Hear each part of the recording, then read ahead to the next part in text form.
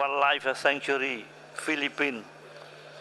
The draft decision 37,8b.12. Now I invite IUCN to present the nomination of Mount Hamiguitan Range, Wildlife Sanctuary, Philippines. IUCN, you have the floor, please. Thank you, Chair. IUCN's evaluation of the Mount Hamiguitan Range Wildlife Sanctuary site is on page 53 of both the English and French versions of the IUCN evaluation report. The Mount Hamiguitan Range is located in the southernmost part of the Philippines on the island of Mindanao. The range forms a north-south running mountain ridge in the southeastern part of the eastern Mindanao Biodiversity Corridor. The property is nominated totals approximately 7,133 hectares, comprising a core area of 6,349 hectares and a narrow buffer zone of 784 hectares. The State Party advised in supplementary information of their intention to extend both the core area of the nomination and the buffer zone to encompass a total area of 23,842 hectares. The nominated property is characterised by 5 vegetation types: agro-ecosystems at lower elevations, dipterocarp forests, montane forests and mossy forests on higher elevations, and mossy pygmy forest on the highest windswept mountaintops.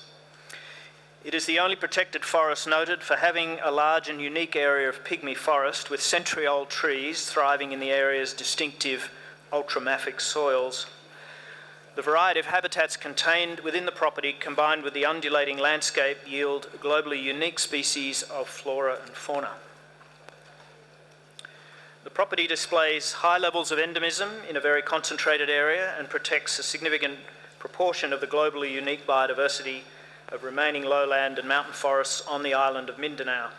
The property is home to 957 species of flora, including 171 endemics, 3 of which are site endemic. It is also home to 423 species of fauna, with 124 endemics, 5 of which are found only in the sanctuary. The site has developed in semi-isolation, with species adapted to the unique soil conditions and elevations to create a series of discrete terrestrial habitats. The property is home to a number of critically endangered, threatened and vulnerable species. Mount Hamiguitan Range Wildlife Sanctuary supports a high percentage of the species found within the Philippines biodiversity hotspot. Less than 0.1% of this hotspot is represented on the World Heritage List. Furthermore, the terrestrial and freshwater global 200 priority ecoregions and endemic bird area, which are represented by the property, have all been identified as gaps on the World Heritage List. IUCN nevertheless notes the fragmented nature of remaining lowland and mountain forests on Mindanao makes it difficult to capture the full range of biodiversity values in a single site. Hence, the Philippine tentative list, which identifies several other forest sites with potential OUV. IUCN welcomes the advice of the State Party that additional areas may be added to the nomination, including adjacent habitats, notably of the known nesting habitat of the Philippine eagle. The nominated property is state-owned and managed by a number of government agencies. The property is well protected through a strict access control regime within the core zone and through the requirement of all visitors to be accompanied. The laws control development within the boundaries of the property and are consistent in their objectives to protect the key values of the property. A 2012 management plan and an ecotourism business plan cover the property and deal with a range of issues that are critical to the integrity of the property. It's an umbrella plan within which detailed management actions should be designed and implemented. More detailed and comprehensive ecotourism and business planning has not yet been undertaken for the property. Impressive levels of local community and NGO involvement are evident, most notably in the municipality of San Isidro. Local NGOs such as the Philippine Eagle Foundation are doing quality research work in cooperation with other academic institutions and the government agencies. Advice from the State Party confirmed reports of 30,000 hectares of overlapping land claims with the nominated area buffer zone and proposed extensions by Indigenous peoples. The State Party advised of their commitment to resolving the claims through the National Commission for Indigenous Peoples. And IUCN considered that the resolution of such claims is central to ensuring there is a common understanding among all stakeholders to ensure the protection and conservation of the property. In summary, IUCN notes the potential for this site to meet Criterion 10, however recommends the committee defer the examination of the nomination of Mount Hamiguitan Range Wildlife Sanctuary to the World Heritage List to address boundary and the resolution of rights issues, in particular overlapping land claims. Deferral, we believe, will allow an evaluation of areas proposed for addition to the property, as well as the significantly reconfigured boundaries that would result. And the decision for this is on page 11 of the English and page 12 of the French versions of Working Document 8B. Thank you, Chair.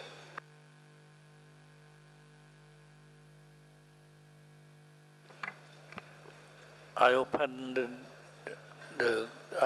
to the comment of the committee member, please. I give the floor to Malaysia. Thank you, Chair. Malaysia noted with interest IUCN assessment of the rich and diverse biodiversity heritage in the proposed site, which represent not only the gap in World Heritage Site, especially the tropical rainforest, but also within the Malaysian region. As noted by IUCN assessment, there is already a strict protection regime in place, and also there is already a management plan in place. However, Malaysia has been made to understand that all the concern as expressed in the recommendation has already been taken care of by the state party. Malaysia has proposed some amendments which may be put on the board in a few minutes' time. So, in essence, Malaysia would like to propose something a little bit more drastic, as I suppose, from being deferred to being inscribed. Thank you, sir. Yes, Malaysia is proposing to change from deferral to inscription. Yes. And now I invite Chapan to take the floor, please. Thank you, Chair. I believe one of the major issues is how to protect fauna flora, especially a rare and unique species that is a Philippine eagle. So I'd like to put a question to the state party for clarification. My question is, how does the state party intend to expand the core zone to include the nesting habitat of the Philippine eagle? And I also ask about the buffer zone. Thank you.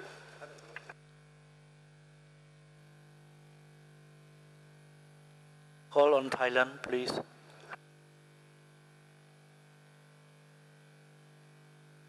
Thank you, Chairman. Thailand is go along with Malaysia and Japan, and Thailand wish to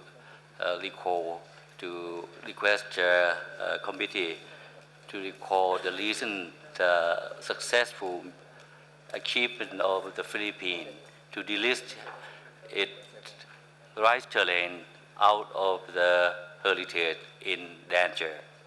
I'm sure that the state party will substantially address the concern raised by the IUCN evaluation report, and we wish to hear from the state party. Thank you, Chairman. Thank you. I call on Qatar, please. شكرا سيد الرئيس. لقد استمعنا إلى تقرير إيجابي من ال IUCN، ولكن المقترح الوارد بالنسبة للدفيرل ربما كان شديدا نوعا ما مقارنة بالتقرير الإيجابي. وكما فهمنا أيضا بأن الدولة العضو قد قامت بتقديم تقريرها تقرير حول الموقع في تاريخ متأخر، وطبعا بحسب القوانين المعمول بها لم يؤخذ بهذا التقرير. فإذا تمت إحالة الأمر كديفيرال فنعتقد بأن يعني التقرير الذي ورد على كل حال يلبي كثير من المتطلبات، ربما يؤخذ هذا بعين الاعتبار. فبالتالي إذا تمت إحالة الموضوع إلى سنوات لاحقة فماذا ستفعل الدولة العضو خلال هذه السنوات وهي قد قامت فعليا بمحاولة تلبية المطلوب منها؟ لذلك نؤيد ما ذهبت إليه ماليزيا، وشكرا.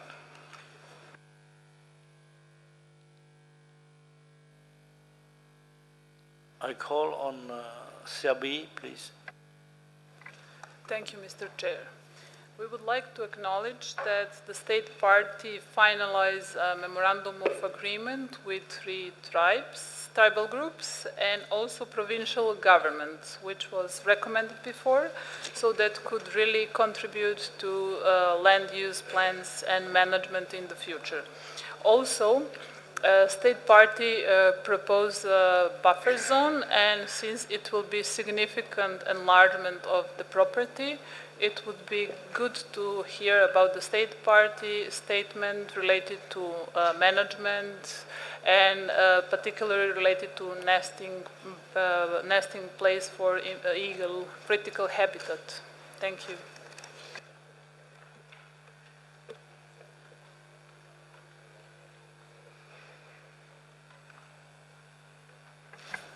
Thank you. I give the floor to India, please.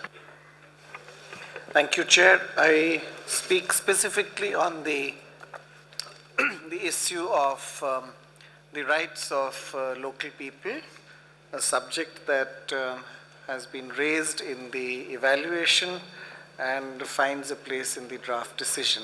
Now, my understanding is that this issue has been addressed more than adequately, that the local communities, local people have actually entered into an agreement with the government.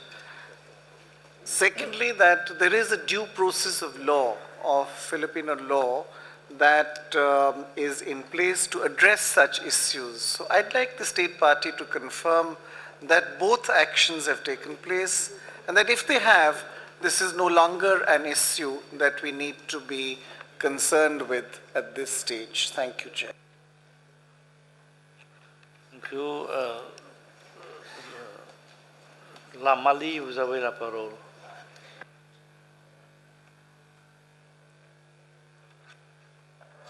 Merci, Monsieur le Président. Monsieur le Président, suite à l'exposé de l'UNCN, nous sommes en face d'un site exceptionnel.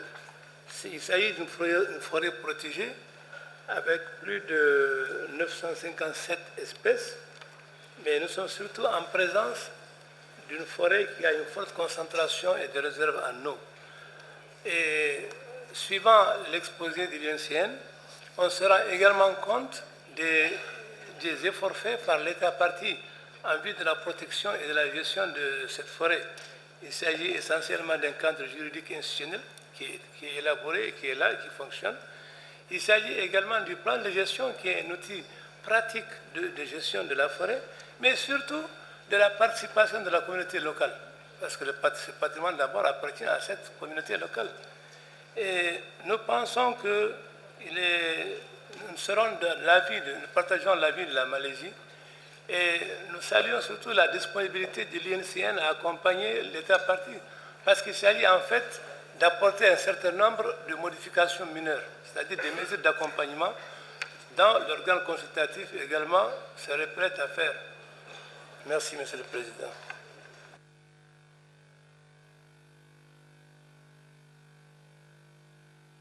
Je donne la parole à l'Algérie. Merci, Monsieur le Président. L'Algérie a la même impression que le Qatar sur le caractère positif du rapport UICN, qui, à notre sens, tend vers l'idée d'une inscription et peut-être que l'État partie pourrait peut-être apporter quelques informations dans ce sens. Merci. La parole à la Suisse. Merci, Monsieur le Président. Nous voulons aussi féliciter l'État partie pour avoir finalisé le mémorandum d'entente avec les parties prenantes. Les communautés locales sont très importantes dans ce cas. Par contre, nous sommes dans un cas, encore une fois, où le périmètre proposé par l'État ne permet pas de protéger la valeur universelle exceptionnelle. Nous avons donc une question, avant de discuter du drafting à l'État partie. Où est-ce que ça en est? Est-ce que ces importants habitats de nidification des espèces en danger ont été ajoutés, quand ils vont l'être et qu'est-ce que ça en est du périmètre du site? Merci. I call on Iraq, please. شكرا سيدي الرئيس. بلا شك أننا أزاء موقع متميز من حيث التنوع النباتي والحيواني، محمي قانونيا مع وجود خطة إدارة رصينة، إضافة إلى اللجنة التي ورد ذكرها اللجنة الوطنية المعنية بحل النزاع مع السكان الأصليين. عليه نطلب أن يعطى المزيد من الوقت للدولة الطرف لتوضيحات أكثر. شكرا جزيلا.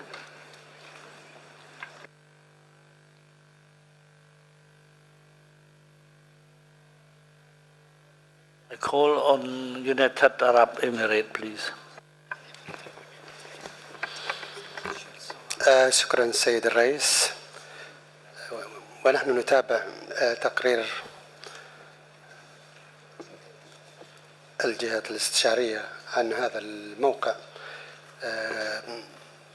استمعنا إلى معلومات على درجة كبيرة من الأهمية لما يمثل هذا الموقع من التنوع البيولوجي ومن الجهود في تعاون الدولة الطرف مع الجهات الاستشارية في هذا الصدد، ووجود خطط وانخراط المجتمع المحلي أيضا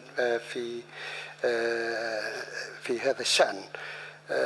بعدما سمعناه عن ما يمثل هذا الموقع، نحن نعتقد أن أي شواغل ظلت مطروحة نثق في أن الدولة الطرف يمكن استيفاء هذه النواقص دون أن تقف عقبة على إدراج هذا الموقع.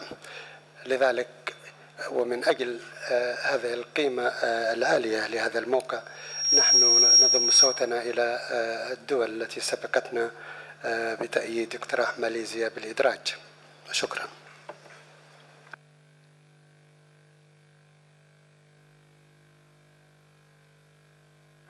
Several committee members wish to hear more comment from the state party.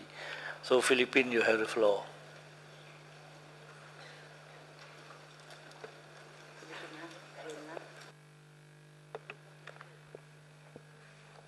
Thank you, Your Excellency. We propose to answer the relevant questions presented by the IUCN in their assessment of their property as follows. Regarding the land claims, the state party attests that these are still being evaluated by the National Commission on Indigenous Peoples on whether these have merit or not. In the meantime, the provincial government has entered into a memorandum of agreement with the 3 indigenous peoples groups who are the land claim applicants to ensure their commitment in conserving the property. This means that these applicants, together with the local communities as well as all government agencies concerned, commit to the conservation of the property and fully support its possible inscription to the World Heritage List. The presence of the provincial governor of Davao Oriental and the provincial head of the National Commission on Indigenous Peoples to this committee session affirms their steadfast dedication to the nomination of the property.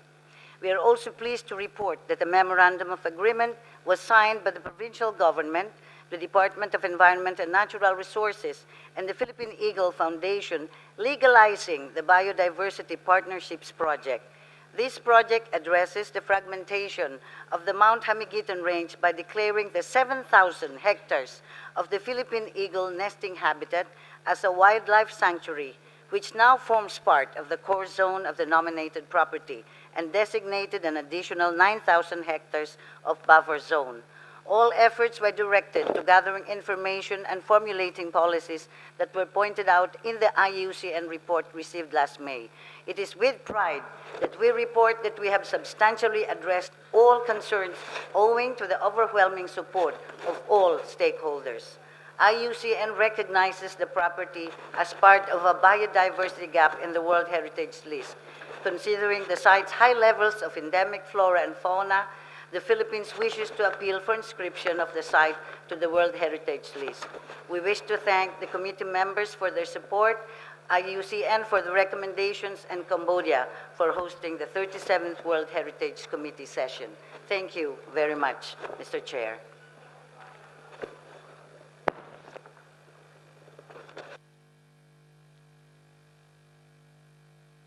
So I call on Germany, please.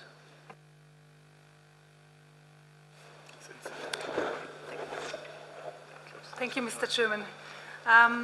We have listened to the state party, and having listened also to IUCN's evaluation, we understand that this is a site which is important for biodiversity conservation, and we believe that at one point it makes a good case for criterion 10.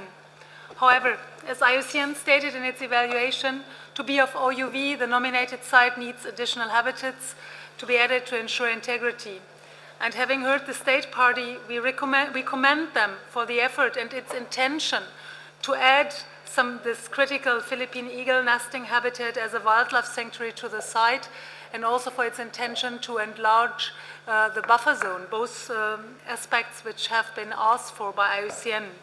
And this will double the surface of the nominated territory. But this is all very positive, but what we are seeing now in front of us is very different from what has been originally nominated. It has a double over surface. Sorry. It's the double of the surface, and I'm sure that this needs some very careful evaluation before coming for inscription. And as we have also heard, the state party said land claims are still being evaluated at the moment. This is very positive that evaluation takes place, but in my view, that issue is not completely resolved. For us, these two issues present some critical issues to be resolved before the property is inscribed. So we would think that makes a strong case for a referral, and I would like to seek IUCN's view on that proposal for adding buffer zone and habitat, because they've been there on mission, and I'm sure they can comment on this at this stage, I hope. IUCN, if you can have the floor. Thank you, Chair, and thank you for the opportunity to clarify. I think the first point IUCN wishes to make is that we welcome the rapid actions that have been taken by the state party on a number of the recommendations that were made, and we have been in close dialogue with the state party on this property and the changes that are proposed. The rationale for the decision of deferral was based on the opportunity, the proposal to create new wildlife sanctuaries and an expanded buffer zone, as well as the potentially significant issues around overlapping land right claims. The supplementary information that was provided by the state party indicated its intention to add significantly to the core area with the addition of this extra reserve, and also to expand the buffer zone. The evidence of the resolution of land claims was not available before the 28th of February. And IUCN's view on deferral is that it will provide the opportunity for a further field mission to evaluate properly what is a doubling of the core area and a 12-fold increase in the buffer zone of the property. Thank you.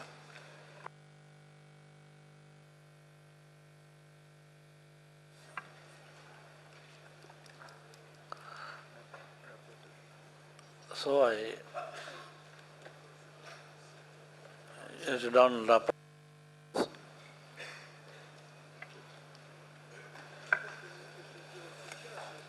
Merci, Monsieur le Président.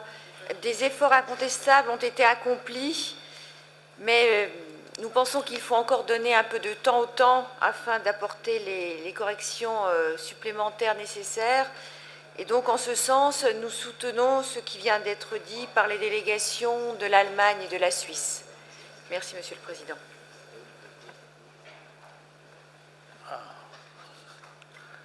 Any, please?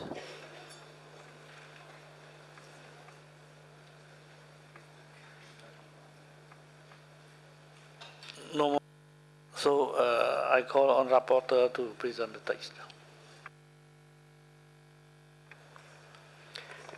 Thank you, Mr. President. I would like to have, as it's been said, Malaysia submitted a new draft decision with the intention to inscribe this site of Hamilton Range Wildlife Sanctuary, Philippines, into the World Heritage List. So it has a lot of changes. I'm going to read very slowly. First paragraph, there have been no changes. Second paragraph, inscribes the Mount Hamilton Range Wildlife Sanctuary, Philippines, to the World Heritage List on the basis of criterion 10. Then Malaysia proposed deletion of little a, little b, little c, little d, which you have in original draft decision, little e, little f. Then I have to state that we haven't received yet this statement of outstanding universal value, which we have to have when we adopt decision. It's just arrived, sorry, by email in English from Malaysia. So we are going to put it, let us go to number 3, please, because it's a complete new paragraph. You will need the time to read it. Okay, it's okay. So I will read until considers that the state party has adequately addressed the issues pertaining to the integrity of the site through the enactment of the Memorandum of Agreement with indigenous peoples groups applying for land claims and the Memorandum of Agreement putting into effect the Biodiversity Partnership Project, which designates the Philippine eagle nesting habitat as a wildlife sanctuary part of the nominated properties core zone and provided for its expanded buffer zone.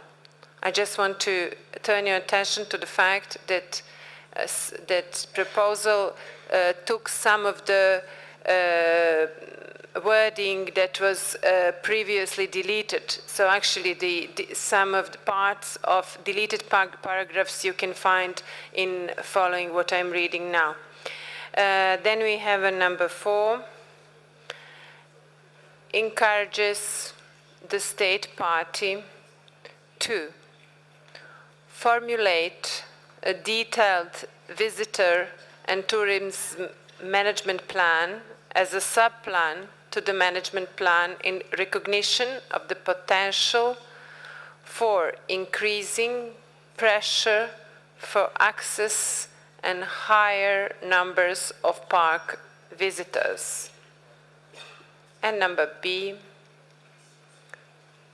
develop and implement a research and monitoring program to assess and adapt to the impact of climate change on the property.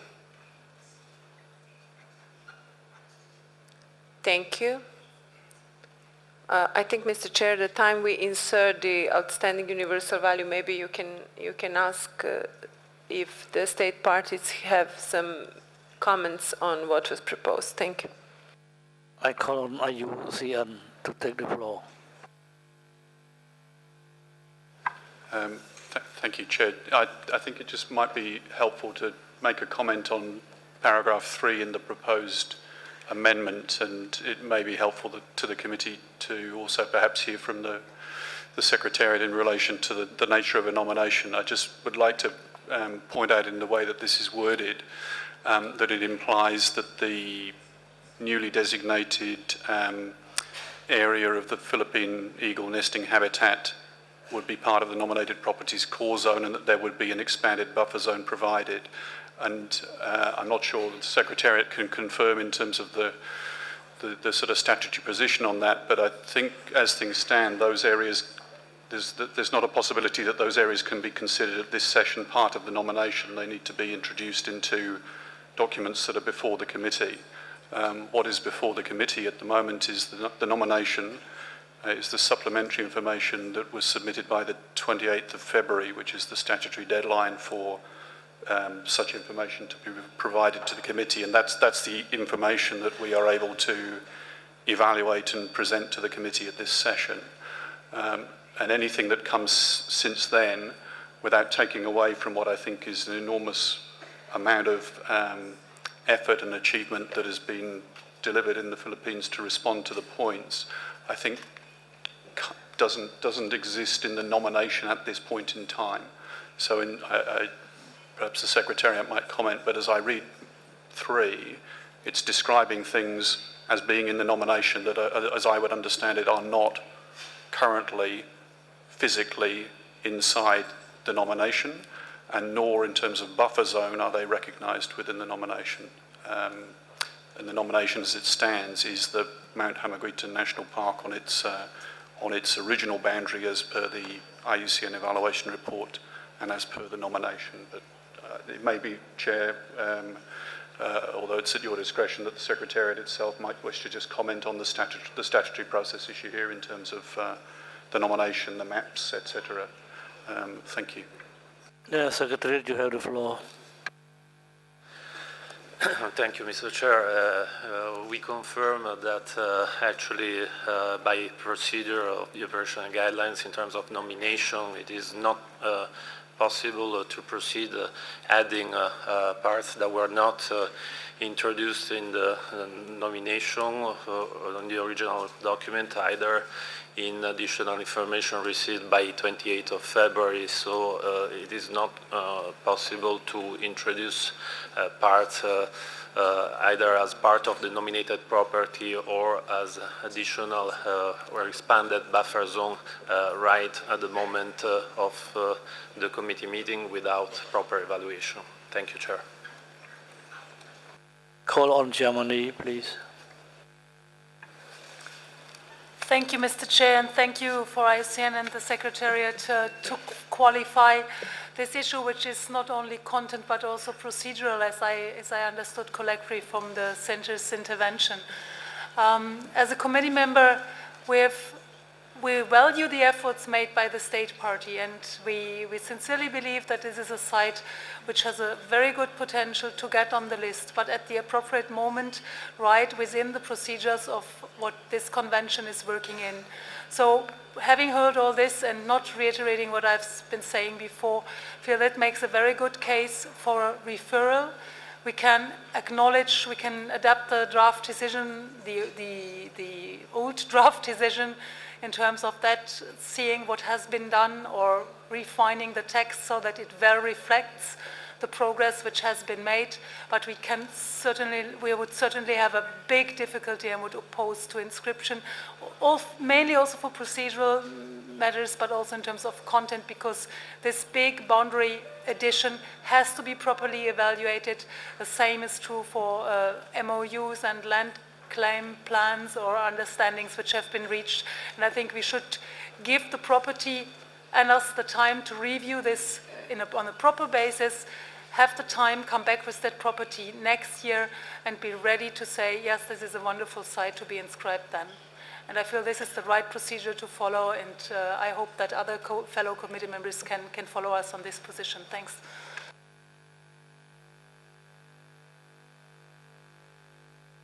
Sénégal, vous avez la parole. Merci, Monsieur le Président. J'avoue que j'étais sur le point d'appuyer la proposition d'inscription qui a été introduite. Mais ce mail ou ce SMS a tout changé. Il a tout changé parce qu'il nous montre clairement qu'il y a un effet rédhibitoire à l'inscription. Nous avons tous eu à faire des dossiers d'inscription. Le monsieur là-bas qui a les lunettes rondes nous a souvent fait souffrir avec les cartes et les délimitations. Ça a souvent été un élément rédhibitoire à l'inscription. Et je ne trahis aucun secret. On en a encore beaucoup parlé sur les orientations depuis une semaine. Je pense que s'il n'y avait pas eu ce mail affiché, j'aurais cédé, mais avec ce mail, je pense qu'on n'a pas le droit d'inscrire un bien dont les limites n'ont pas été étudiées et déterminées. Merci. On Estonia, please.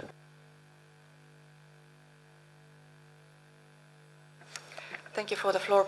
Yes, having heard the explanations from IUCN, we also think that referral would be a good solution for the situation now. Thank you.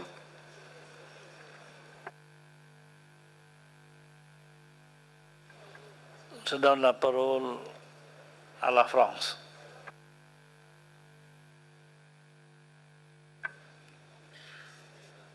Merci, Monsieur le Président. La France tient encore une fois à saluer les efforts de l'État partie et remercie le secrétariat et l'UICN pour leur contribution. Si toutes les conditions ne sont pas encore réunies à ce stade, en revanche, un renvoi, comme cela vient d'être souligné, permettrait de finaliser les éléments nécessaires pour une inscription dans de bonnes conditions. Je vous remercie, Monsieur le Président.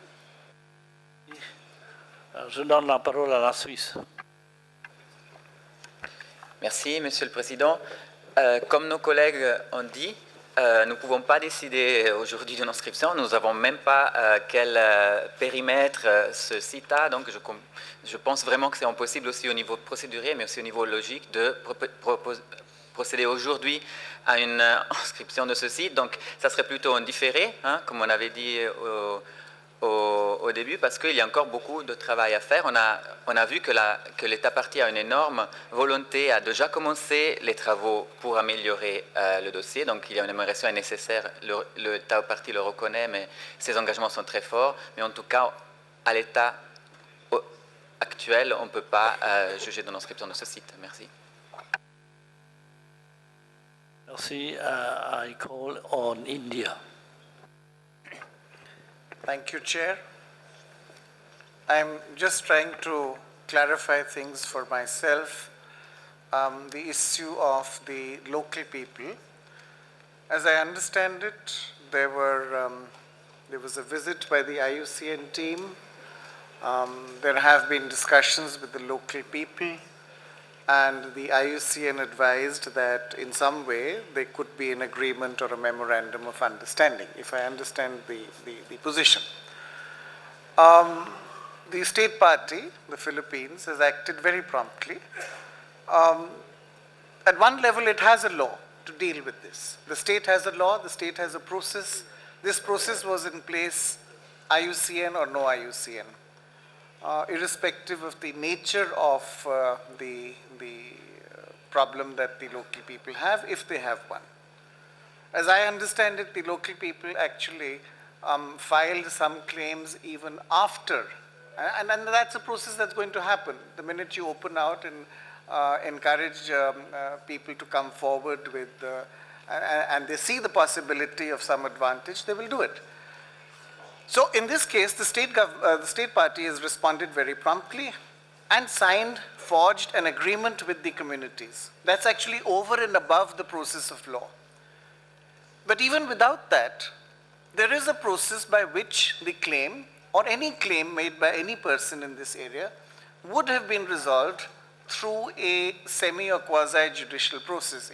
If my understanding is correct, then irrespective of the fact that this information came before 28th February or after 28th February, and in this case it came later, I'm not sure that this is an issue that you can exclude from the consideration of the committee. So I'd just like to, obtain a better understanding of this. So we come back to Malaysia. You have the floor, please.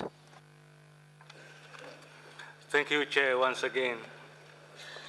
After hearing comments from all sides, we commend very seriously the State Party for all the efforts and work taken after the visit of IUCN and the recommendation be made. Due to technical matters, specifically on the procedure matters, we feel it is our duty now to withdraw our amendment from being inscribed to referral as proposed by Germany and France. Thank you, Chair.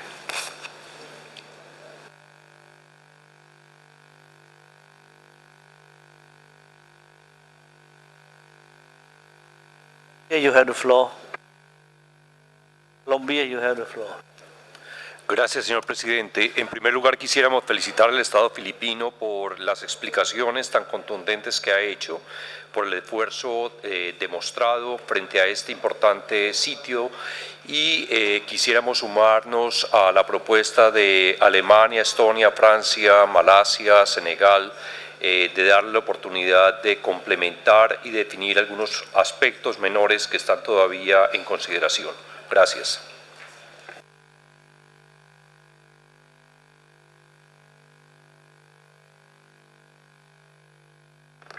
Larcy, you have the floor. Спасибо, уважаемый господин председатель. Уважаемые коллеги, вот у нас прошла такая обстоятельная дискуссия, и, конечно, этот объект, он заполняет тот пробел в списке всемирного наследия, как правильно было подчеркнуто, МСОП в части, извините, пожалуйста, биоразнообразия. Мы выслушали очень внимательно все то, что сделала страна за это время. Мы понимаем, что процедурно страна немножко позже дала все эти очень важные, выполнила все эти важные рекомендации, которые были даны ранее. В частности, подписала меморандум с местным населением и с Министерством природопользования. В частности, расширила буферную зону и так далее. Тем не менее, у МСОП в соответствии с регламентом не было возможности убедиться, что это так. Поэтому я предлагаю, что все-таки deferral – это почти что новая номинация. Это опять очень большая работа, и бумажная работа. Поэтому я бы предложила, чтобы это был referral. Тогда миссия МСОП могла бы приехать в страну или посмотреть для начала документы дополнительные и убедиться, что все сделано. Или будет время еще доработать и представить на следующий год. Спасибо большое. Merci. Qatar, you have the floor. شكرا سيد الرئيس. بعد استماعنا للنقاش البناء نعتقد بأن اقتراح ريفيرال اقتراح مناسب مع اقتناعنا بأن هذا الموقع الآن يلبي الكثير من الشروط، ولكن إرجاؤه للعام القادم يعطي الدولة الطرف الوقت أيضا لاستكمال ما يتوجب استكماله. فنحن نساعد المقترح الألماني والماليزي وجميع الدول نتحدث. وشكرا.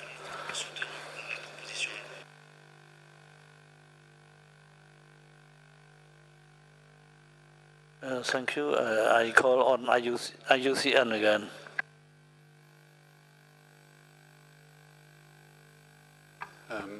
Thanks, Chair. In fact, I suggested to respond to the question that was raised earlier by India, and I see their plate is up, so perhaps it may be better to, I'm quite happy to respond, but perhaps it's better to hear again from India and then respond to the point. The point I would like to clarify, if necessary, is the two different aspects of this. One is the indigenous land claim, which India was referring to, but the other is the question of boundaries, which a number of delegations, and I think the Russian Federation actually summarised most clearly in their two different issues, but perhaps I'll just pause and see what further clarification is needed, Chair.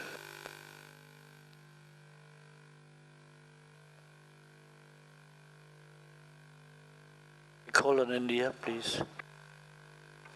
Thank you, Chair. IUCN is quite right. The question is less urgently, immediately relevant. But there is a question that I'd like to put to IUCN through you, if you permit an answer.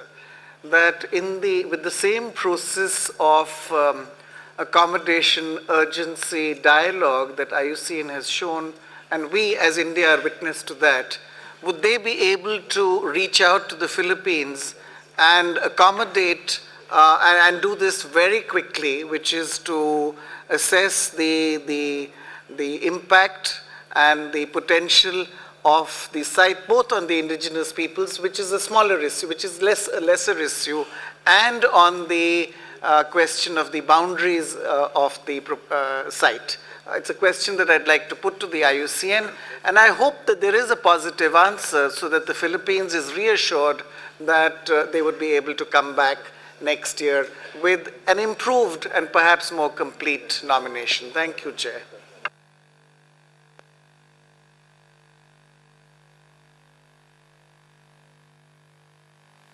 IUCN, please.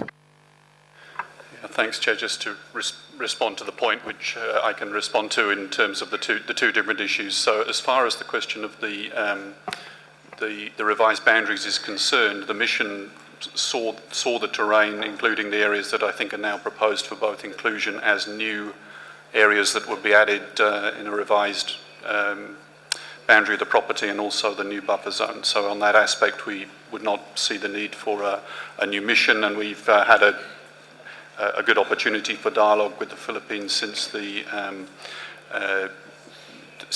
decisions were published, and I met the ambassador in Paris, and we've continued a discussion since then, and also here at the committee. The reason we'd preferred through the World Heritage Panel of IUCN the deferral option was that with the indigenous land claim, which was a clear legal aspect that had not been noted in the nomination and was identified quite late in the process, that appears to us to be an issue where it is quite helpful to be in the country and meet the people. But the development of the legal instrument on that has proceeded rapidly. We would still want the opportunity to speak directly to all of the organisations concerned, but they are present here at the committee. And certainly, if the question is, can we engage with the Philippines? I think we already are, and we'll be delighted to continue to do so. But I don't see an obstacle to understanding the values within the area that are proposed for inclusion in the property, nor the function of the buffer zone in a referral, if that's the contention of the committee, because those areas were visited during the mission, so we have an up-to-date understanding from the field on those matters. Thank you, Chair.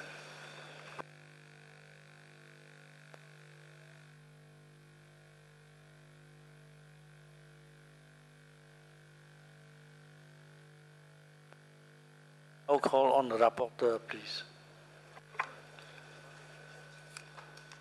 Thank you, Mr. President. So we were following very attentively all the discussions in the room, and it seems to us that referral is the consensual option. So we put back in the paragraph number 2 what was proposed at the beginning, but instead of deferral, we put referral. So I can read, refers the nomination of Mount Hamilton Range Wildlife Sanctuary, Philippines, taking note of the potential to the World Heritage List. No, we don't need to the World Heritage List. Okay, just taking note of the potential for this site to meet criteria 10 in order to allow the state party to. Now I would like to have your attention to explain that in the deletion of the paragraphs that we had, I noticed that just in number F, we, okay, point of order. Germany, please. Excuse me, Mr. Chairman, and excuse me, the rapporteur. I think in terms of how are we going to deal with it, I think it might be more useful to go back to the original text, the original draft decision on the deferral, and then see paragraph by paragraph what needs to be changed to reflect what has been done. And I'm happy to make some text proposals on the paragraphs to see how we can reflect these issues, if with your permission, Mr. Chairman and Rapporteur. Thanks. Yes, I thanks Germany. I agree with this proposal.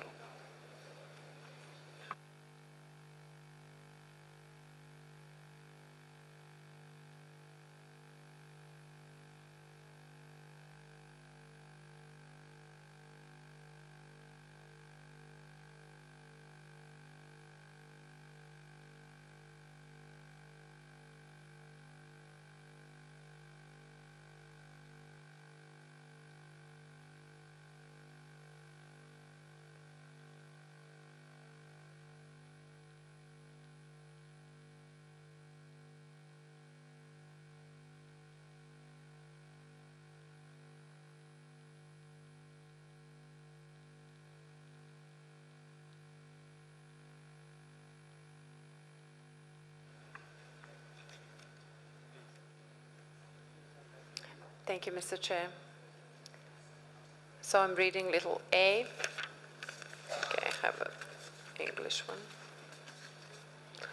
Work with the National Commission for Indigenous Peoples to resolve any outstanding land claims to ensure there is a broad-based support for the nomination of the site and that any future use of the area does not compromise the outstanding universal value of the site. Is that okay? Everybody agree to the paragraph? Germany, please. Reflecting what has been provided by the state party, I would suggest that we change the beginning of the paragraph and say, continue the work with the, and then the rest of the paragraph stays as it is. Thank you.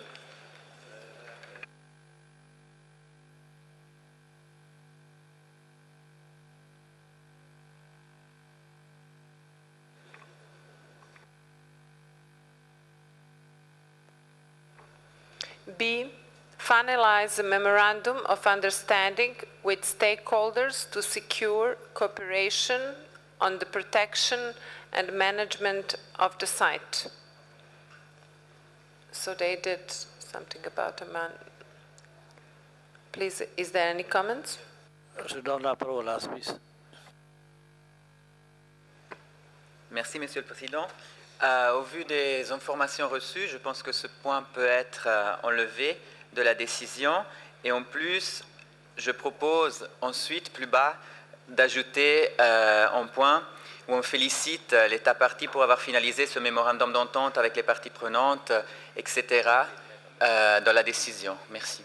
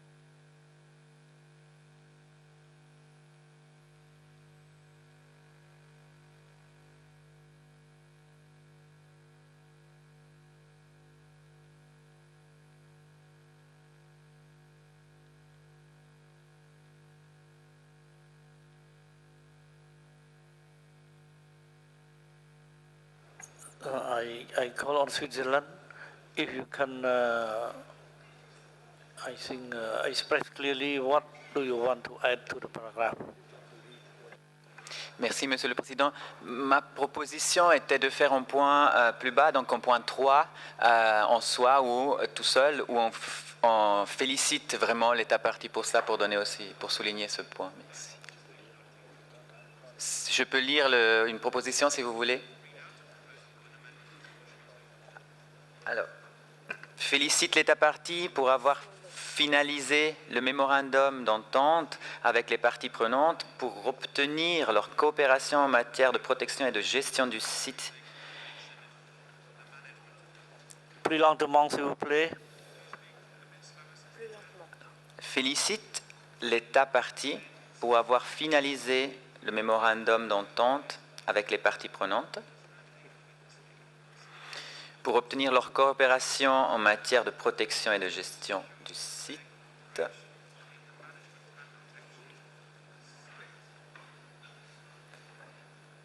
Et j'avais encore une question. Est-ce que ce mémorandum, on l'a reçu? Sinon, on pourrait encore ajouter « Demande à l'État partie de le soumettre par écrit au Centre du patrimoine mondial ». Mais je ne sais pas si on l'a reçu ou pas encore. Merci.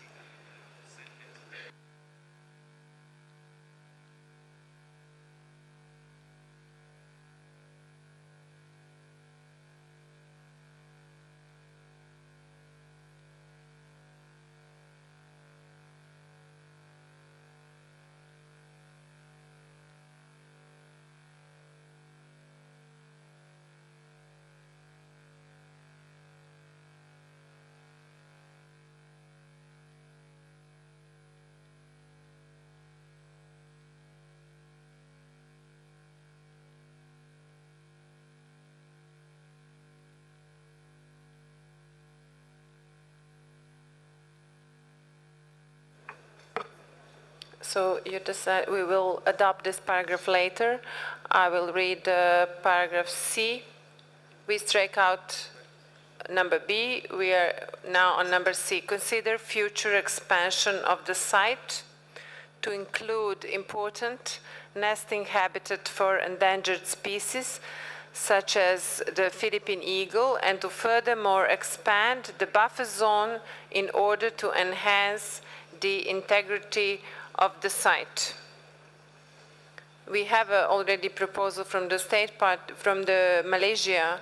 We can use maybe part of it, but if you have another proposal, it's welcome. Floor to Germany. Thank you, Mr. Chairman. The paragraph C could read, implement, if this is the right word, I would need some help from the rapporteur, implement the envisaged expansion of the site to include important nesting habitat for endangered species as the sea eagle, and implement the envisaged expansion of the buffer zone in order to enhance the integrity of the site.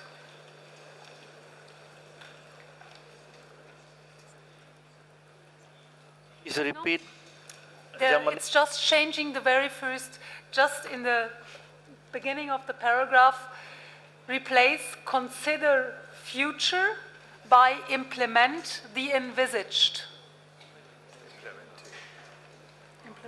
Implement the envisaged. Yeah. And then replace further down in the paragraph and implement the envisaged expansion of the buffer zone. No, after the Philippine eagle, sorry. Yeah, exactly. Of the, and then the rest says that it is, and then we are done.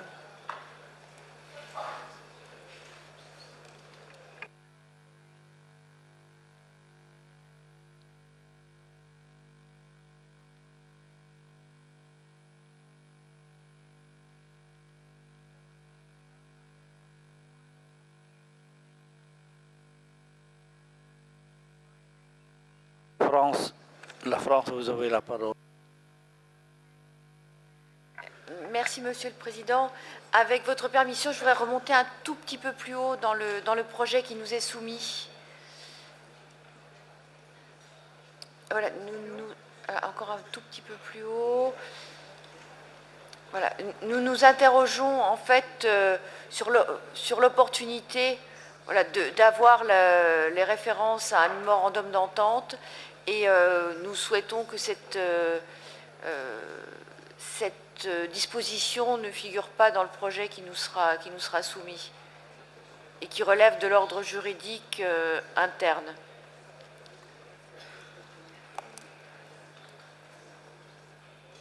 Merci, Monsieur le Président.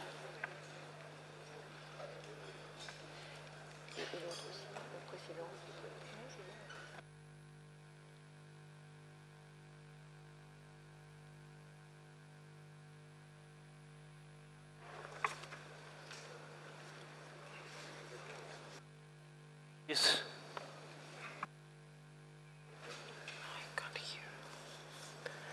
Thank you, Mr. President. We are going now to number D.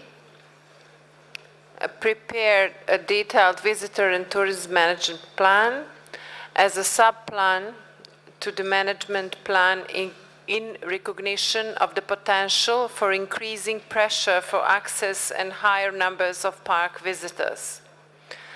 Such a plan should be prepared in consultation with local communities to anticipate and plan for the impact of opening the site to increased visitation and to ensure that local people share in the benefits of future tourism use of the site.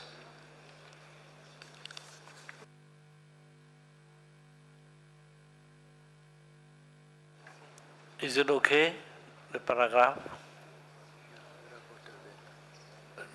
Rapporteur, please. Rapporteur.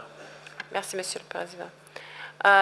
I'm reading number E. Develop and implement a research and monitoring program to assess and adapt to the impact of climate change on the site. This one, Mr. Chair, we can adopt as well because it's absolutely the same. It stays the same. Nothing has changed here. No comment for the paragraph. Please go ahead, Rapporteur. Thank you, Mr. Chair. Number F, consider the progressive nomination of further serial extensions to the site to include other significant reserves on Mindanao. As well, we didn't have any objection on this. Secretariat requested, please. Thank you, Chair. Just to say that this cannot be considered as a condition for the referral, so it would rather be better to take this out as a separate point. It will be a new point, not in the series of A, B, C, D, E, F.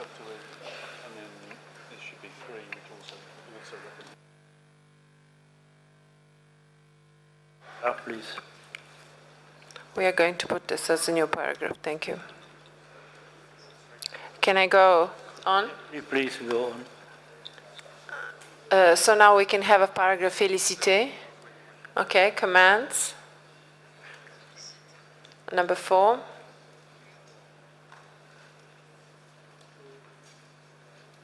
On the paragraph number 4. No, you. Please, can I have a number 4 on the screen? Commends the state party for having finalized the memorandum of understanding with the stakeholders to secure their cooperation in the management and protection of the site. So this is what France objected, Mr. Chair, and some of the delegations, they mentioned it. Thank you. Any comment on the paragraph? You have the floor, please. Merci, Monsieur le Président. Concernant le point 4, nous nous interrogeons sur l'utilité de l'inclure dans le projet. il ne nous semble pas nécessairement opportun de rajouter cet élément.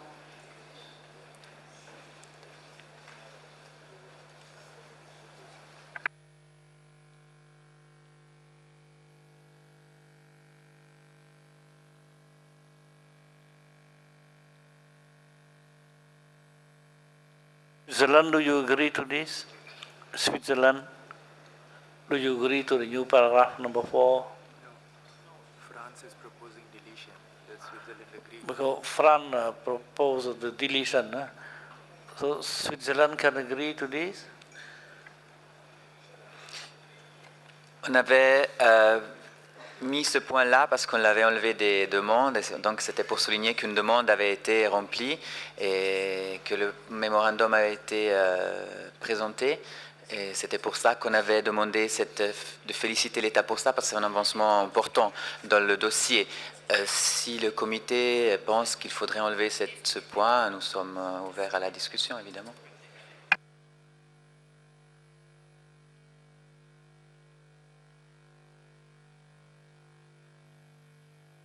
Yeah, please. Malaysia, please, you have the floor. Thank you, Chair, once again. I would like to refer to number 3 there in the English version. As the discussion went, majority of us thought the property in question can stand on its own. The possibility of the future serial extension does not crop up yet. Thank you, Chair. Ian, you have the floor. Sorry, thanks, Chair. Just to respond to the point that Malaysia raised, that's the reason to take that item out of the previous status of being a subparagraph of the referral, so 2F as it was before, and make it a separate 3. I think the problem with it is there's some language missing to make it a separate paragraph. But the point of the referral, which you're recommending, is based on the evaluation of AUCN that within the larger area of Mount Hamiguitan there is an adequate basis to recognise criterion 10. And AUCN, I completely agree with the point from Malaysia, was not suggesting that there needs to be a serial nomination to meet the criterion, that is a separate issue. That would be something for the future, and on the basis of the decision the committee is moving towards, for now it will be a referral of what is currently put forward, and the new information from the state party would be incorporated quite quickly, and then separately to that, these other mountaintop and lowland forest reserves on Mindanao could be considered. So that's the intention, and I think Malaysia's point is exactly right. And there just needs to be the drafting, which I think the rapporteur or the scribes are catching up with, to address the point that you're raising, sir. Thank you. Thank you, Chair.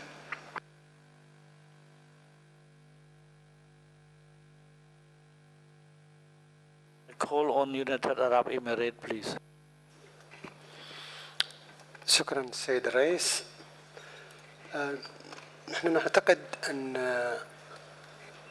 هناك التباس بين المعلومات التي وصلت متأخرة وصرنا مقتنعين بأهميتها، وبين أن نطالب بهذه المعلومات من جديد في صياغة القرار.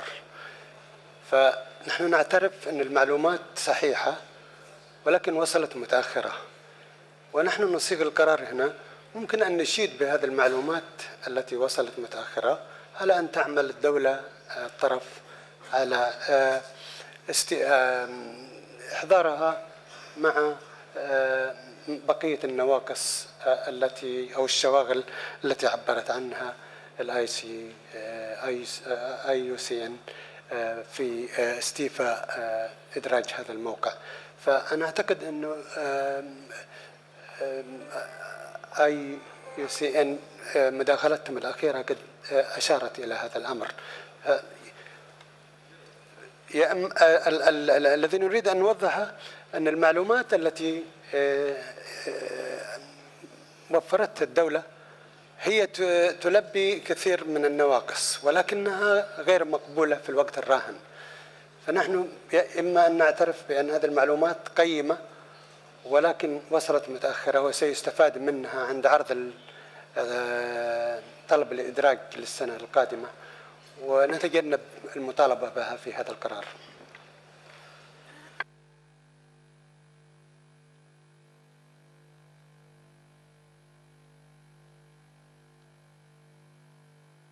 You have the floor. Thank you, Mr. Chair. Just as a matter of clarification, I'd like to clarify that this information was actually never received by the Weather Data Center. It was only received informally and after the deadline by IUCN, so I think it will be useful to leaving this.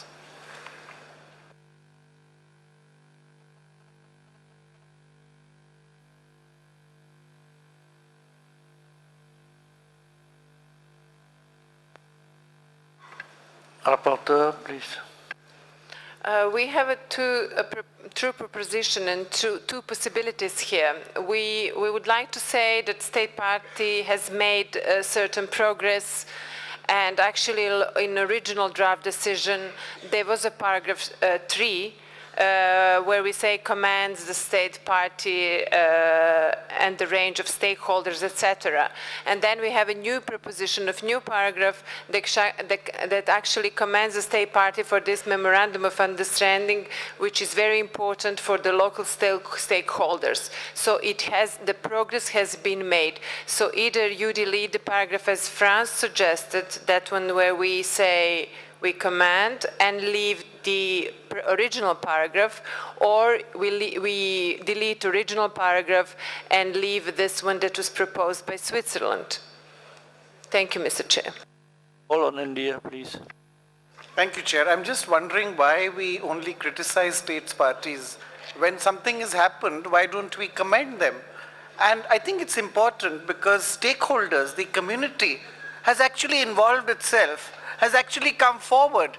If you do not do this, you are going to be a committee of school teachers. So I would suggest that where the state party has carried out a positive action, and much more than the state party, local communities, each has gone out and met each other, you've got a positive result. Let us be, I'm not saying kind, but let us be appreciative. Is there a problem in being appreciative? Must we only criticize? Thank you, Chair.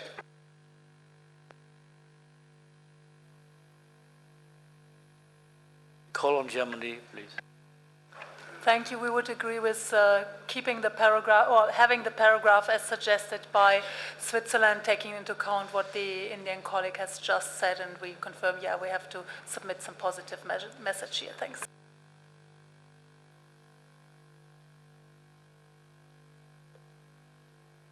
Suisse, vous avez la parole. La Suisse, vous avez la parole.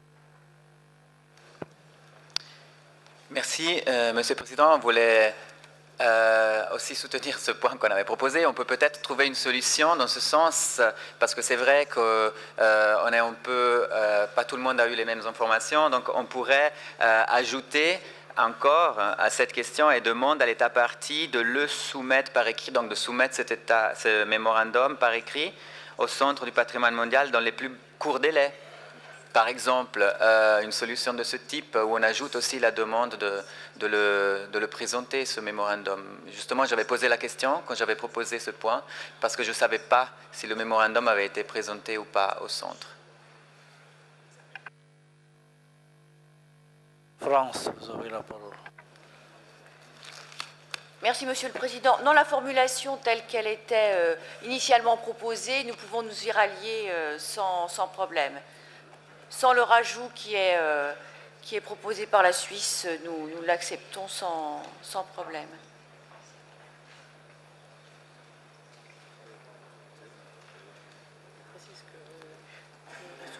Donc la première version nous semble meilleure que celle qui éventuellement pourrait être augmentée d'un morceau de paragraphe. Ce paragraphe 4 est accepté. Oui. Rapporteur, s'il vous plaît, continuez.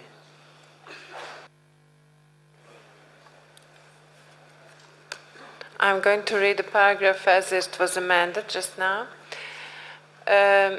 Commends the state party for having finalized the memorandum of understanding with the stakeholders to secure their cooperation in the management and protection in the site, and requests the state party to submit it to the World Heritage Center as soon as possible, which was proposed by Switzerland. Please put that it was proposed with Switzerland down.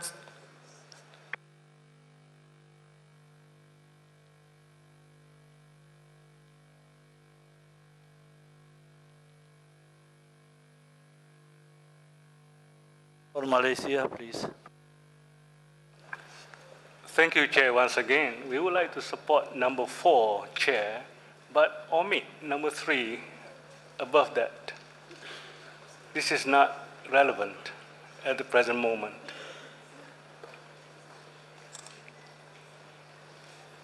Thank you, Chair.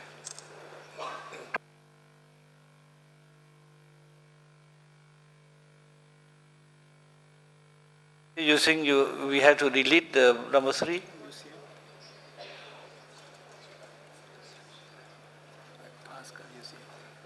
IUCN, please. Yes, thanks, Chair. Just to sort of reiterate the point, I agree with Malaysia that this is a separate point to the question of referral, but it is an important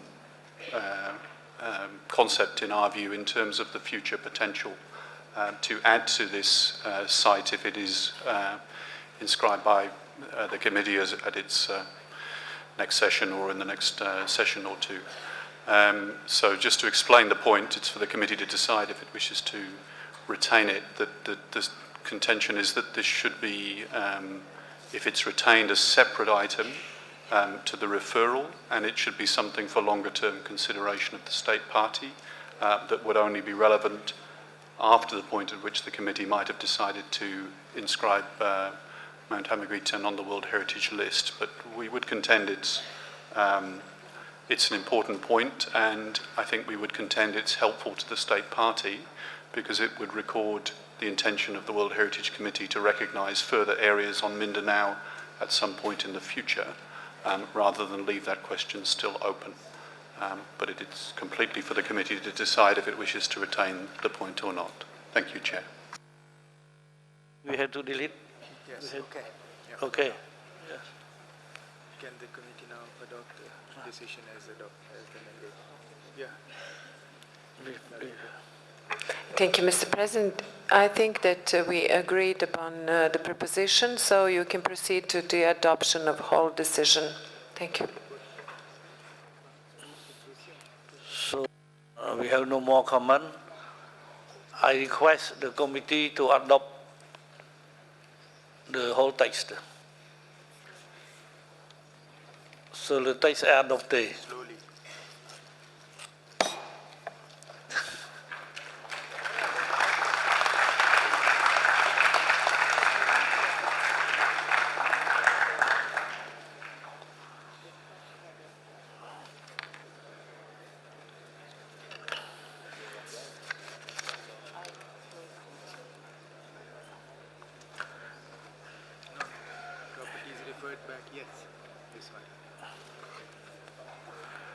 Now we came to point A, point 2, point 2.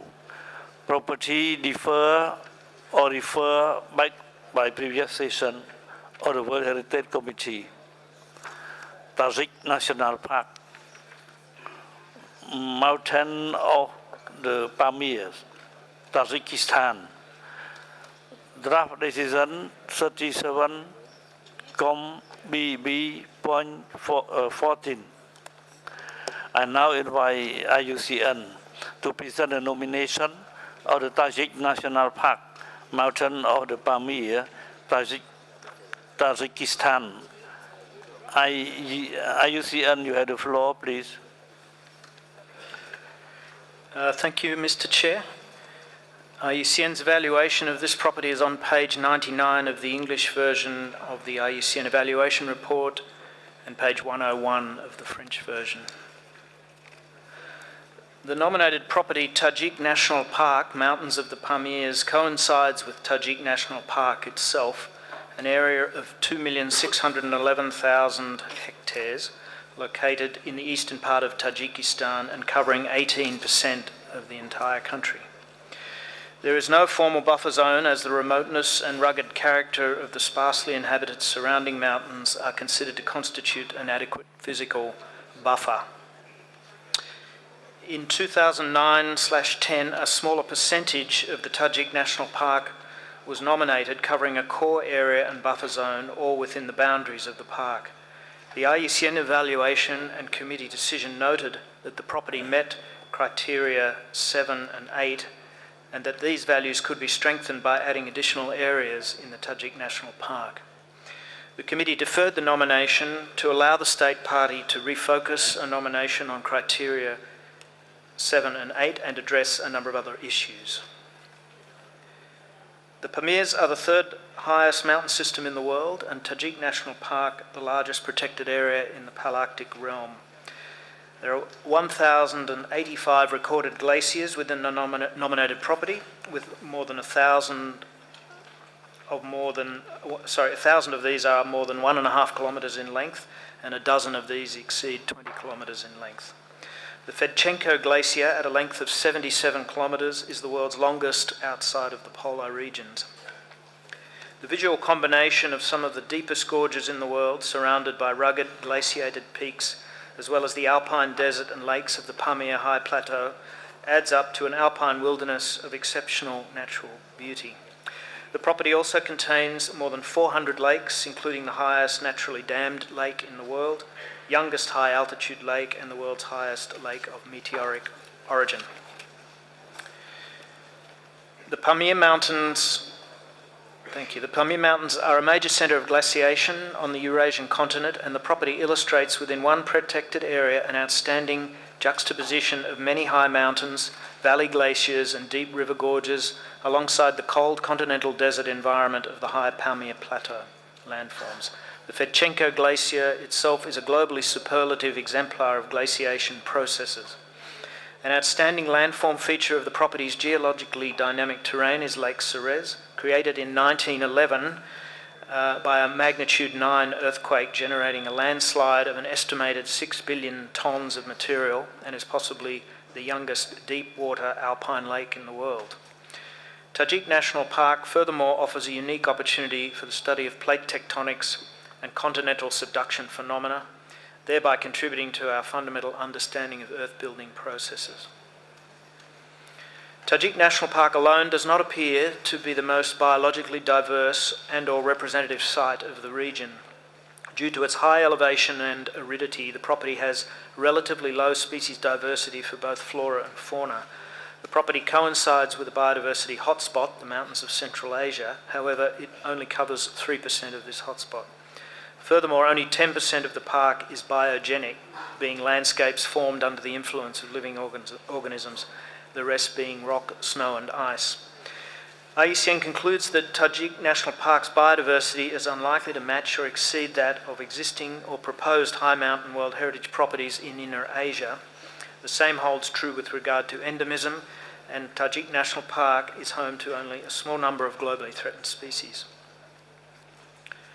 The property is protected under the national laws, and the category of national park enjoys the highest protection status in Tajikistan.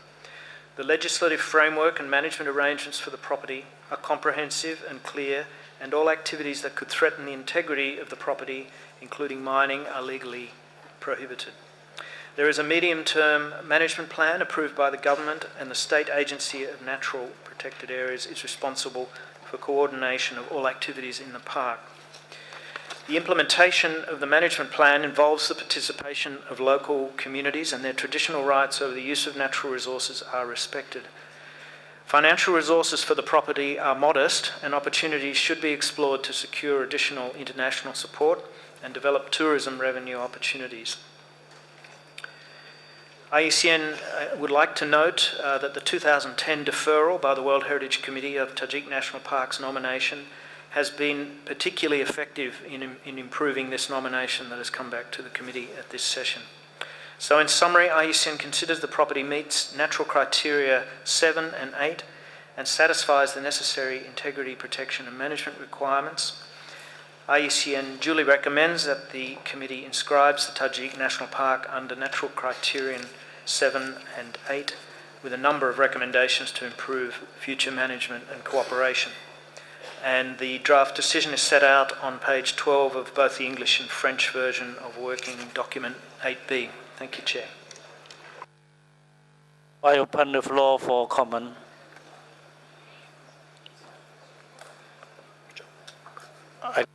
I call on Japan, please. Thank you, Chair.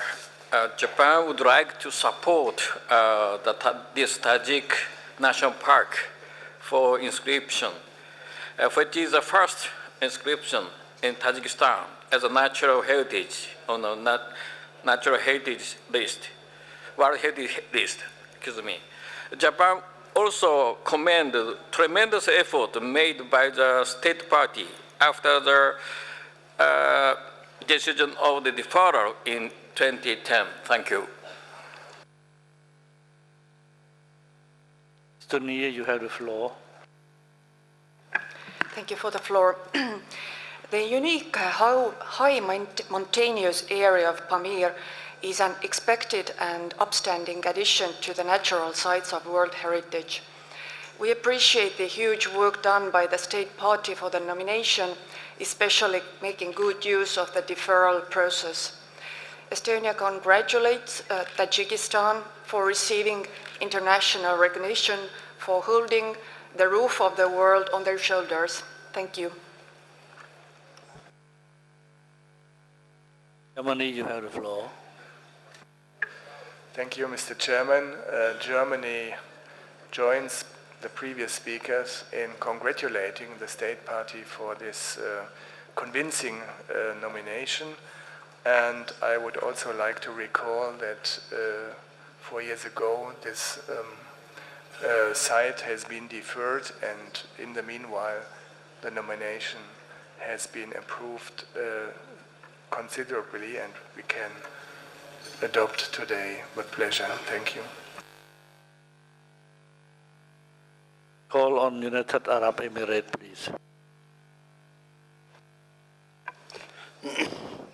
شكرا سيد الرئيس. نحن نهني طاجكستان على هذا الموقع الفريد والذي يشكل كما عبر من تكلم قبلنا إضافة نوعية لمواقع التراث العالمي. نشيد بجهود IUCN في التي بذلت لجعل هذا الموقع مستوفيا لشروط الإدراج. الإمارات تدعم هذا الإدراج وتهني الدولة الطرف. شكرا.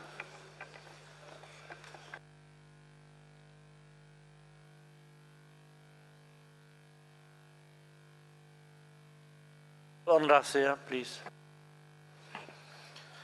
Российская Федерация также приветствует и поздравляет таджикских коллег за столь качественные подготовленные документы, обеспечившие принятие номинации.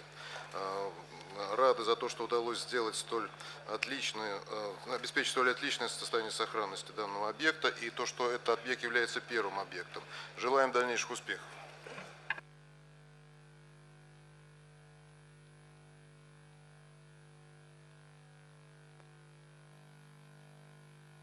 No more comment. Algérie, please. Merci, Monsieur le Président. L'Algérie donc félicite l'État partie et l'UICN pour cette emblématique proposition et appuie l'option donc d'inscription de ce site, le premier site donc du Tadjikistan dans la liste du patrimoine mondial. Merci.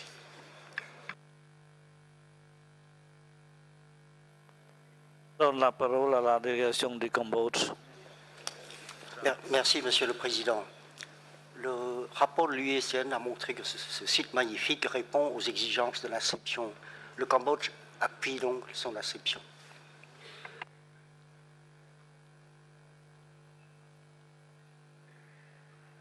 Donne la parole à la France.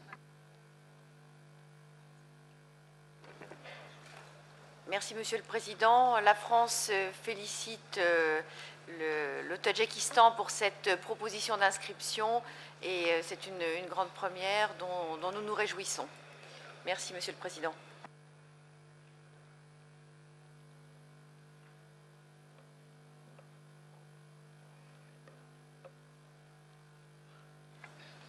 If there are no more comment or objection, I now declare decision 37.8b.14 adopted.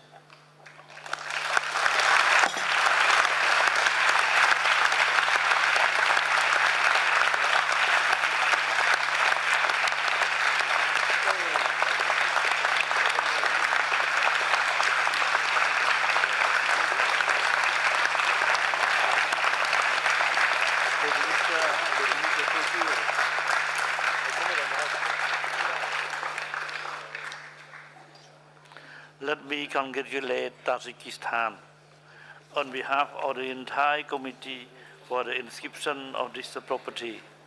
Tajikistan, you have the floor for a brief 2-minute statement. Thank you. Please, you have the floor.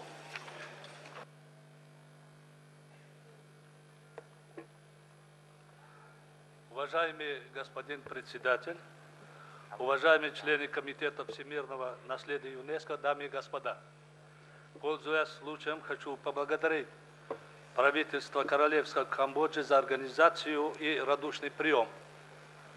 Позвольте от имени правительства Республики Таджикистан искренне поблагодарить вас за поддержку номинации Таджикский национальный парк в список всемирного природного наследия ЮНЕСКО.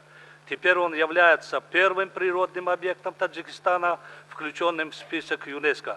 Таджикский национальный парк в силу ряда своих природных и ландшафтных особенностей является поистине уникальным объектом, обладающим мировыми природными ценностями.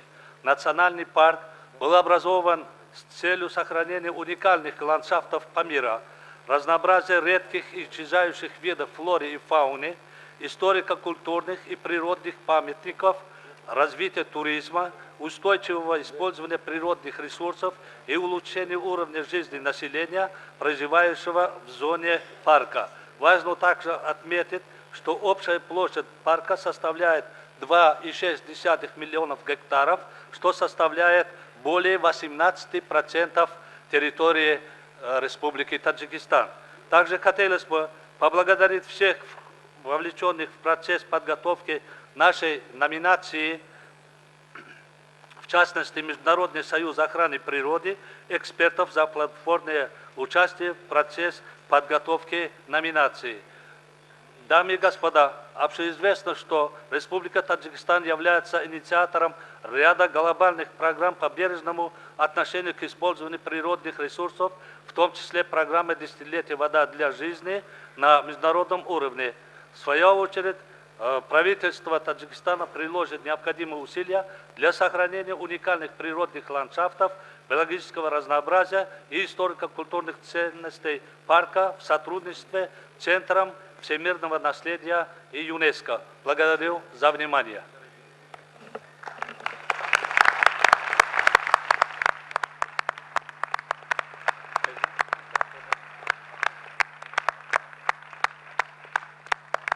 Thanks, Excellency, the Minister of Culture of Tajikistan. Now we came to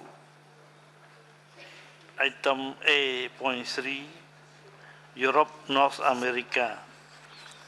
A.3.1, new nomination. We came to the Mount Etna, Italy. Draft decision 37.8b.15. I now invite IUCN to present the nomination of Mount Etna, Italy. IUCN, you have the floor, please. Thank you, Chair. IUCN's evaluation of this property is on page 75 of both the English and French versions of the IUCN report. So this nominated property, Mount Etna, encompasses the 19,000, well, just slightly more than 19,000 hectare core zone of Etna Park, which is a regional nature park on the eastern coast of Sicily, the largest Mediterranean island. The property is surrounded by a buffer zone of over 25,000 hectares, but that's not included in the nominated area. Reaching 3,335 metres above sea level, Mount Etna is the highest mountain in Italy south of the Alps, the highest mountain in the central Mediterranean, and the highest mountain on any Mediterranean island. Mount Etna is a large basaltic composite volcano.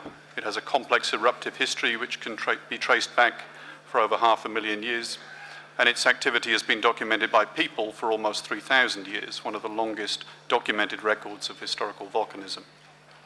The volcano is characterized by almost continuous eruptive activity from its summit craters, with frequent lava flow eruptions from craters and fissures on its flanks. Mount Etna is an imposing stratovolcano towering distinctively over Sicily. However, there are other volcanoes currently inscribed on the World Heritage List, and many not inscribed on the list that have greater scale and scenic significance, and IUCN does not consider that this property meets criterion 7. However, Mount Etna is one of the world's most active and iconic volcanoes, an outstanding example of ongoing geological processes and volcanic landforms, and the stratovolcano is characterized by this almost continuous eruptive activity. The diverse and accessible assemblage of volcanic features, such as summit craters, cinder cones, lava flows, have made it a prime place for centuries for research and education, and it is today one of the best studied and monitored volcanoes in the world. It continues to influence volcanology, geophysics, and other earth science disciplines, and its notoriety, scientific importance, and its cultural and educational values associated with that importance are of global significance. IUCN considers that the property meets criterion 8. However, IUCN would like to note that its panel debated the committee's previous consideration on the continued growth of the representation of volcanoes on the World Heritage List, including those like Etna that present a history of Western and European geological sciences, and it considers that a revisiting of its thematic study in this area would be relevant given the committee's previous guidance to ensure that the approach to recognising volcanoes on the World Heritage List delivers an equitable and global approach. In relation to ecosystems, as an isolated island volcano in the Mediterranean Basin biodiversity hotspot, Mount Etna certainly supports important terrestrial ecosystems and communities, including endemic flora and fauna. Like many protected volcanoes, it provides a natural laboratory for the study of ecological and biological processes in disturbed ground. However, the limited size of the nominated property does not capture these processes, and we consider these are also of more a regional than a global value, and that the property does not meet criterion 9. The nominated property encompasses only the most strictly protected part of Etna Park, and overlapping legal protection provides additional protection for 77% of the nominated area, and the regulations provided within the decree that established the regional nature park provide adequate protection to the property. The boundaries of the nominated property are clearly defined. They encompass the most outstanding features in relation to criterion 8. The management of Etna Park, including the nominated property, is guided by a long-term management plan, and presently the triennial programme up till 2013 is in force. However, content related to the geological processes needs to be strengthened.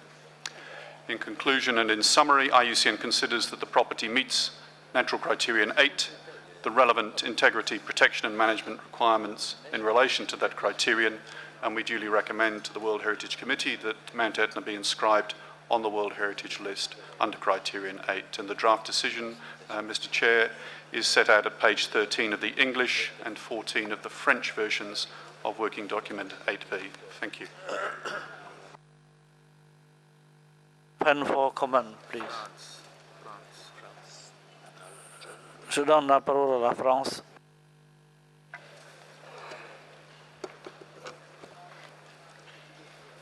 Merci, Monsieur le Président.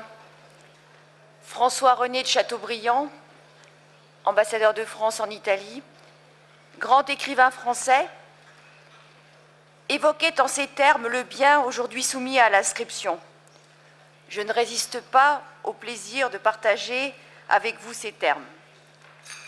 Un jour, j'étais montée au sommet de l'Etna, volcan qui brûle au milieu du Nil. je vis le soleil se lever dans l'immensité de l'horizon au-dessus de moi. Nous aussi, imprégnés par cette belle perspective, souscrivons pleinement à la proposition d'inscription de l'Etna sur la liste du patrimoine mondial. Je vous remercie, Monsieur le Président.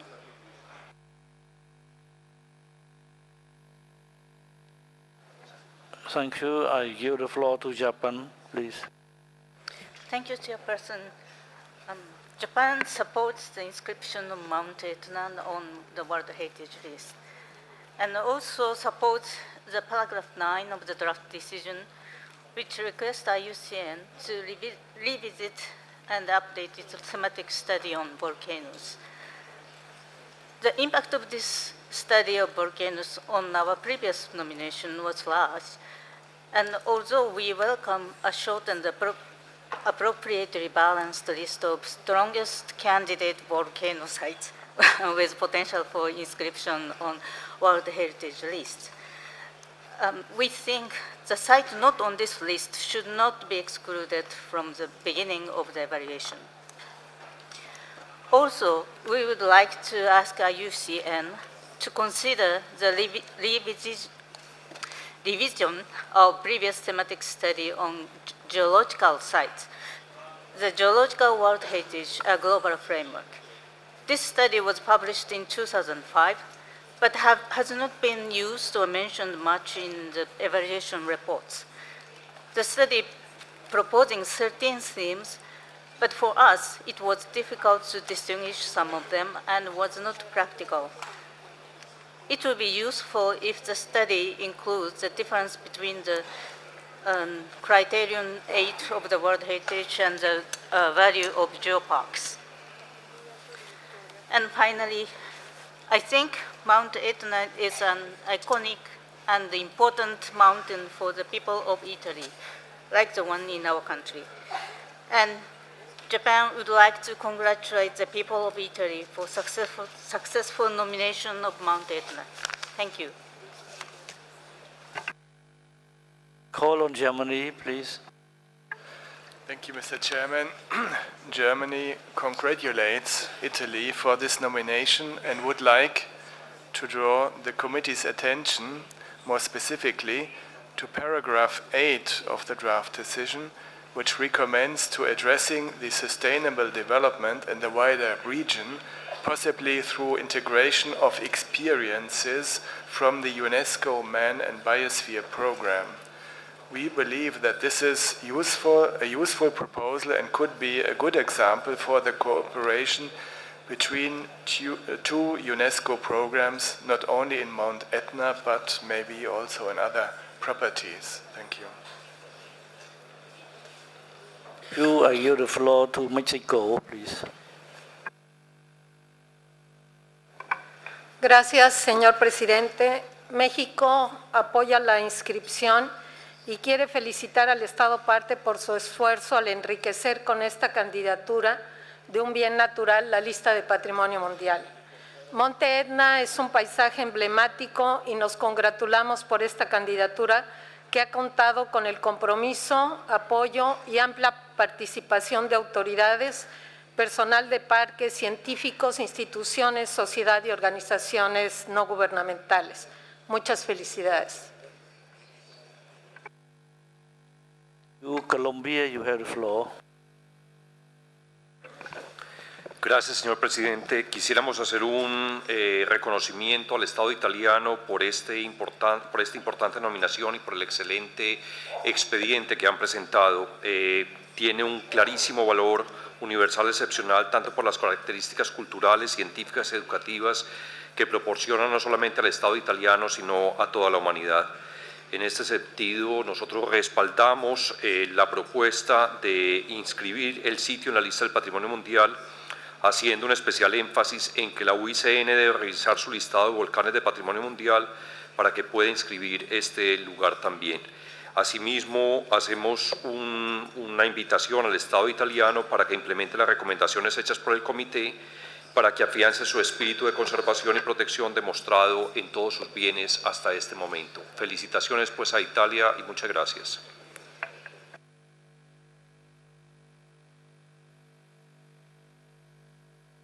few Colombia, I invite Serbia to take the floor. Thank you, Mr. Chair. We would like to congratulate the Italy for preparation of good nomination, and also it's important in the future to support recommendation to improve integration of the property into buffer zone, into the wider landscape, what was also mentioned before during this discussion. So once again, we support inscription. Qatar, you have the floor. شكرا سيد الرئيس. لا يسعنا إلا أن نهنئ إيطاليا على هذا الملف وعلى اقتراح التسجيل. هذا البركان له طبعا سمعة عالمية، وعموما تسجيل البراكين يعني أو هذا البركان أمر جيد، ولا يسعنا أن نقف في وجه الطبيعة، لأن هذه البراكين تدلنا على قوة الطبيعة، وإذا عطست البراكين توقفت الحياة. شكرا جزيلا.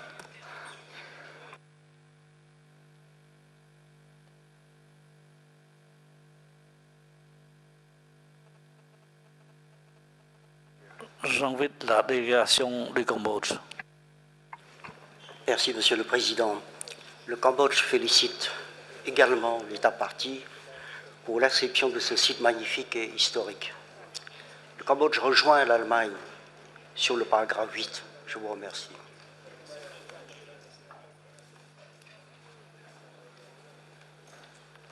Call on United Arab Emirates, please.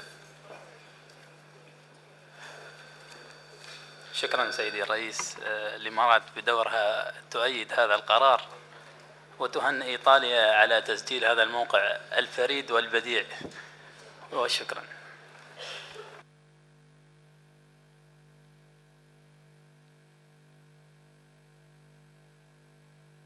South Africa, you have the floor. Thank you, Chair. I'd like to join in congratulating Italy and use the exact words used by Colombia for this important site. And I'd like to add that it's a well-known site, and growing up as a young person, there was always a question about Man and Etna in all the crossword puzzles that I did. Congratulations, Italy.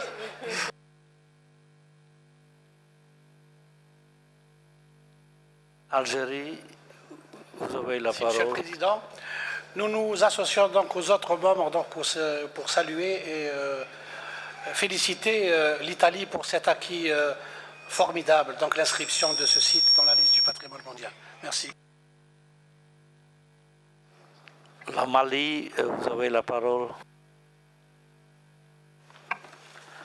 Merci, Monsieur le Président. Le Mali s'associe aux autres membres et félicite l'Italie pour l'inscription de ces sites. Merci. Si, I call on la Suisse. La Suisse, s'il vous plaît.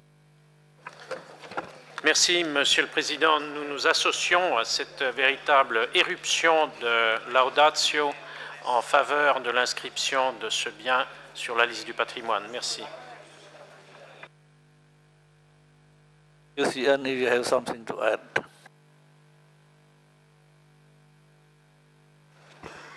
Thank you, Chair. It was only just to come back on one point that had been raised by Japan in relation to the not the study that's mentioned in the decision, but the larger framework for geological heritage, and just to respond to the suggestion from Japan that that could also be updated, including in terms of the relationship between World Heritage and the recognition of geoparks, which I must say has really strengthened enormously as a program in both its quality and its conceptualization in UNESCO since we wrote that study, and I think that would be very relevant, and we'd like to speak to Japan further about how that might be carried forward. So just to respond to that specific point, thank you for the suggestion, and we'd be very pleased to respond to it. Thank you, Chair. Okay, I think everybody is supporting. I now declare decision 37.8b.15 adopted.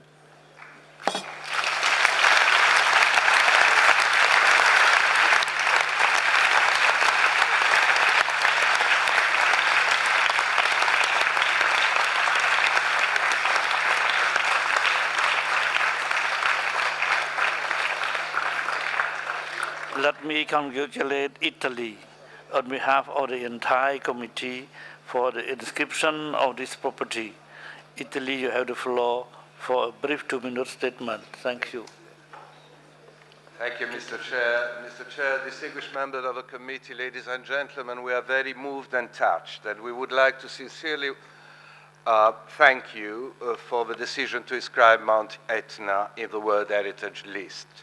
We would like to thank the World Heritage Center and IUCN for their cooperation, precious suggestions and evaluation. And let me take this opportunity to also thank and congratulate warmly the Cambodian authorities and people for their immense hospitality and magnificent organization of this session. This nomination is the result of many years of work carried out by the Etna Park and the Italian Ministry of Environment, and it is the result of 2 decades of technical meetings and high-ranking conferences among national and international experts, as well as representatives from Mediterranean countries, WHC, IUCN, ICROM, and ICOMOS. As was said, Mount Etna is the highest active and largest subaerial volcano in Europe. Further, Etna represents a laboratory for experts from all over the world and a never-ending source of geological data of regional and global interest, thanks to the multi-decade monitoring network and activities promoted by the park and the region of Sicily. And now I would share the last moments of my time with my colleague Di Bella from the Ministry of Environment. Thank you. Thank you so much, Ambassador. Just to point out that Etna Park has been established since 1987, and of course it was named, it was meant to ensure protection and defense of the volcanic iconic values, also for respect to the environment. Just to point out that we do appreciate the MABA program, I mean, perspective, also because we have this authority which can really support this project. So just I want just to thank all state members for this recognition. Thank you so much.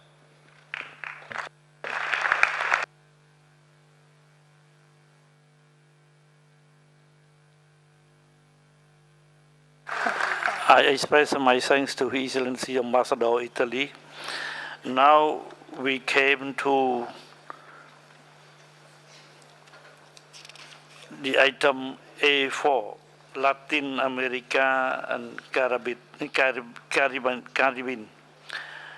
A.4.1, new nomination. El Pinaquet and Gran Deserto, the Alta Josué Reserve, Mexico. Draft decision 37.8b.16. Now I invite IUCN to present the nomination of the El Pinaquet and Gran Deserto, the Alta Josué Reserve, Mexico. IUCN, you have the floor. Thank you, Chair. IUCN's evaluation of this property is on page 85 of both the English and the French versions of the IUCN evaluation report. This is also the final natural site nomination being considered by the committee this year. El Pinacate and the Gran Desierto de Altar National Biosphere Reserve is located in the Sonoran Desert, one of the 4 great North American deserts. The entire nominated property is in the Mexican state of Sonora, and its revised boundaries, considered during the nomination process, have been harmonized with the National Biosphere Reserve, and they have an area of 714,566 hectares surrounded on a number of sides by a buffer zone of 354,872 hectares. I read those numbers out precisely because there's a slight typo, I think, that will be corrected by the Secretariat in the papers, but has no consequence on this evaluation. To the north, the nominated property abuts the border with the United States of America. Next slide, please. The property is nominated under criteria 7, 8, and 10. The diverse and visually stunning desert landscape of the property comprises two very distinct broad landscape types. One is a dormant volcanic area to the east with extensive black and red lava flows and desert pavement, while to the west and the south is the Grand Altar Desert, North America's largest field of active sand dunes. Next slide, please. The volcanic shield in the property boasts a wide array of volcanic phenomena and geological formations, including the striking concentration of 10 enormous, deep, and almost perfectly circular steam blast craters. The very large linear dunes, star dunes, and dome dunes displaying enormous and constantly changing contrasts in terms of form and color are located in the property. The combination of all these features results in a highly diverse and a visually stunning desert landscape which meets criterion 7. This same vast sea of sand dunes that surrounds the volcanic shield is considered the largest and most active dune system in North America. It includes a diverse range of dunes that are nearly undisturbed and include spectacular and very large star-shaped dunes that occur both singly and in long ridges approaching 50 kilometers in length. The volcanic exposures provide important complementary geological values, and the desert environment assures their dramatic display. Taken together, the combination of earth science features is an impressive laboratory for geological and geomorphological studies, and in particular, the desert system with its dunes is also another desert that's been noted in past thematic studies as having high potential for recognition on the World Heritage List. In summary, IUCN considers that the property meets criterion 8. In relation to biodiversity, the highly diverse mosaic of habitats is home to complex communities and surprisingly high species diversity across many taxonomic groups of flora and fauna. This includes 540 species of vascular plants, in fact probably more than that, 44 mammals, more than 200 birds, over 40 reptiles, which inhabit what seems otherwise to be an inhospitable area. Several endemic species of plants and animals exist, including 2 freshwater fish species, and there are large and notable maternity caves of the migratory lesser long-nosed bat, which is an important pollinator and seed dispersal vector. And the protected species in the property include the threatened Sonoran pronghorn. Next slide. El Pinacate y Gran Desierto de Altar Biosphere Reserve was nationally declared by presidential decree. It's within an area recognized as a UNESCO Biosphere Reserve, and the site's large size, remoteness, harsh climate and terrain contribute to a high degree of natural protection. And the large contiguous conservation units, including those in the United States of America that surround this property, further contribute to the protection of its values. Both the nominated area and the buffer zones include full formal protected area status. All Mexican biosphere reserves have mandatory management programs, and the present program dates from 1995 and is currently being updated through a participatory process. Facilities include a biological station, housing and office space. There are several ranger stations along the 3 key roads providing access to those areas, and a visitor center is under construction and aiming to promote tourism. Despite important educational and economic opportunities, it does need to be recalled that this fragile and inhospitable desert environment does set tight limits to the degree of visitation without impacting on values. In summary, IUCN considers that the property meets the relevant natural criteria, it meets the integrity and protection and management requirements expected in the World Heritage Convention, and we duly recommend the World Heritage Committee inscribe the property under all of the criteria under which it has been nominated. And the draft decision, Mr. Chairperson, is at page 15 of the English, page 16 of the French versions of Working Document 8B. Thank you, Chair. I open the floor for discussion. I call on Colombia, please. Gracias, señor presidente. México siempre nos sorprende con esa labor continua que ya es una tradición de elaborar unos excelentes, novedosos e ingeniosos expedientes de nominación. Asimismo, México ha hecho un esfuerzo por incluir en la lista del Patrimonio Mundial diversos escenarios que dan muestra de su enorme biodiversidad, que van desde la selva húmeda tropical hasta desiertos como este que hoy tratamos. Miramos siempre con orgullo y, por qué no decirlo, con algo de envidia a México, y en ese sentido felicitaciones a México por esta inscripción. Gracias.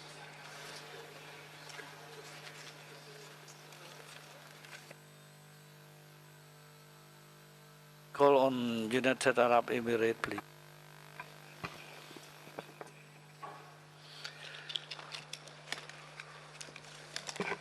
الإمارات بدورها تنتهز هذه الفرصة لتهني المكسيك على هذا الإدراج الفريد أيضا، ولا يسعنا إلا أن نقدر جهود الدولة الطرف على ما بذلته لإثراء هذا الموقع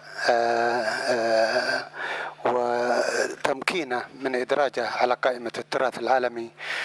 كما نود أن نشكر الIUCN على جهودهم المقدرة. نهنئ المكسيك مرة ثانية، ويثير شجوننا هذا الموقع لأننا على علاقة بالصحراء، وربما دفعنا للتفكير في التعامل مع مواقعنا الصحراوية في المستقبل. شكرا.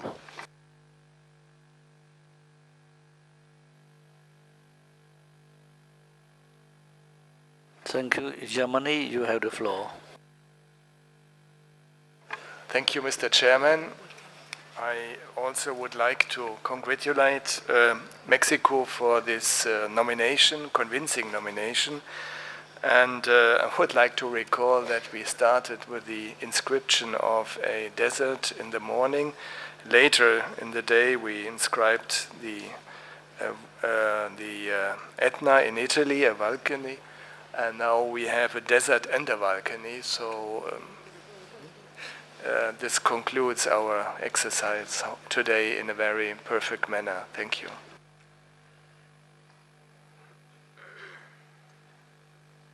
I call on Russia. Russia, you have the floor.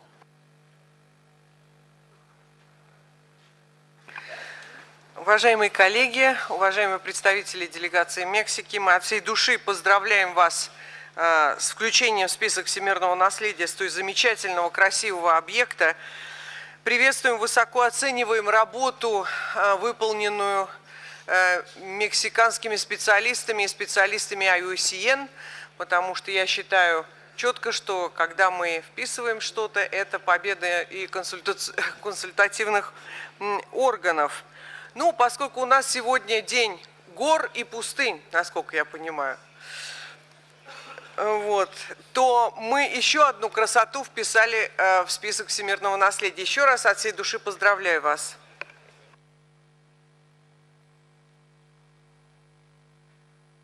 Donne la parole à la France. Merci, Monsieur le Président. La France s'associe volontiers aux félicitations qui viennent d'être énoncées et à son tour adresse ses plus chaleureuses félicitations au Mexique, qui est un partenaire de longue date du patrimoine mondial et qui s'est distingué pour la qualité de ses dossiers et de son travail au sein de ce comité. Merci, Monsieur le Président.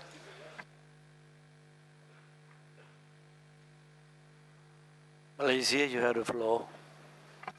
Thank you, Chair. Malaysia echoes Germany and Russia on this special nomination, another dunes and desert landscape for today.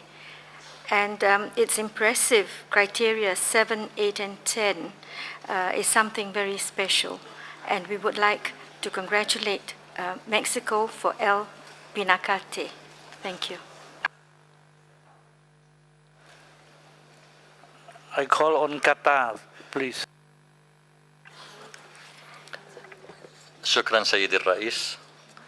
نحن نريد بدورنا أن نهنئ جيراننا المكسيك.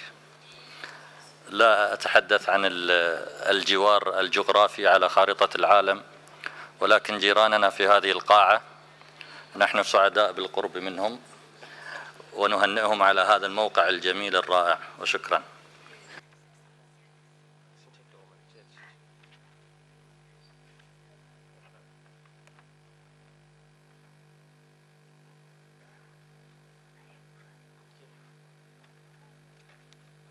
No more comment. I think rapporteur, you introduce the text. No change, huh? So Cambodia, please. Cambodia.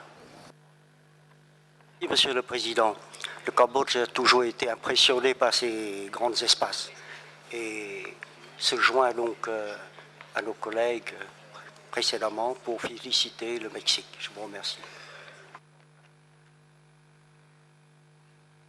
Algérie, vous avez la parole. Merci, Monsieur le Président. Nous nous joignons aux nombreuses félicitations et aussi nous félicitons le Mexique et les organes consultatifs pour l'excellent travail qu'ils ont fait. Merci.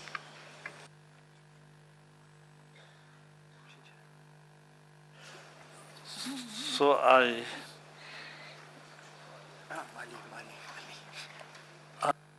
Mali, vous avez la parole. Merci, Monsieur le Président. Monsieur le Président, nous saisissons cette opportunité pour féliciter l'État partie du Mexique pour la qualité du dossier. Merci.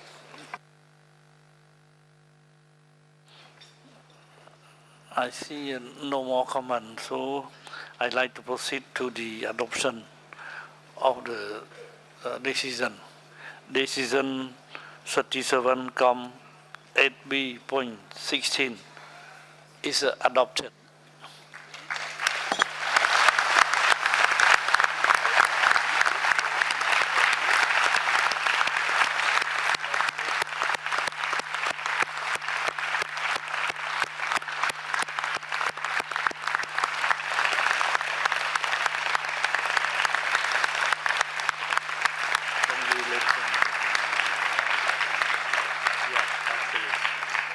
So let me congratulate Mexico on behalf of the entire committee for the inscription of this property.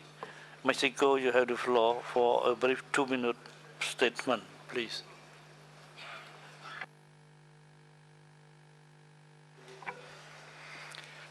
Gracias, señor presidente. Antes que nada, primeramente nuestro agradecimiento al Reino de Camboya por su amistad y por su hospitalidad. Para muchas personas, científicos y etnias indígenas del mundo, la reserva de la biosfera, el Pinacate y Gran Desierto de Altar es el corazón y es el alma sensible del desierto sonorense, uno de los 4 desiertos de América del Norte.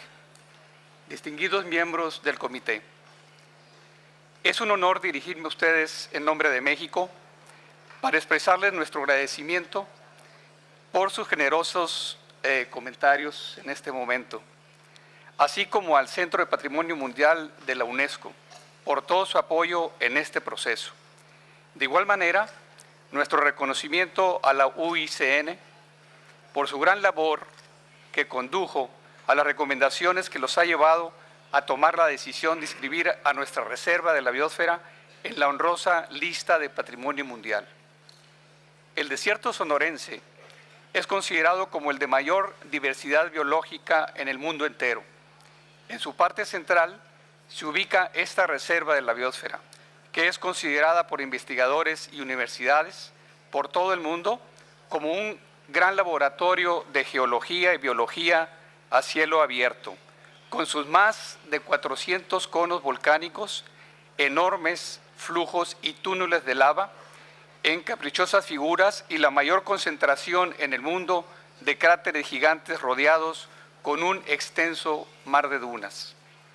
Las combinaciones que se dan en forma constante forman majestuosos y bellos escenarios donde se desarrollan espectaculares especies de flora y fauna totalmente adaptadas al desierto, que en este caso está lleno de vida. Sitio sagrado para los primeros pobladores y para muchos en la actualidad, y de expresión de maravillosa naturaleza que en un ambiente tan árido sigue asombrando por la perfección hasta de la más pequeña de sus flores. El campo de lava es tan vasto y oscuro que, rodeado del mar de blancas dunas en constante movimiento, es fácilmente identificado desde el espacio por su asombroso parecido con la superficie lunar. La NASA solicitó permiso a México para realizar entrenamientos de por lo menos 30 astronautas para las misiones Apolo en la década de los 60.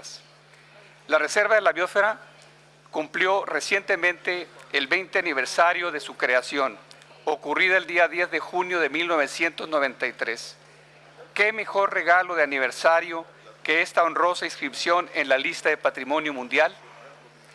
Han sido 20 años de duras jornadas, pero también de muchas satisfacciones.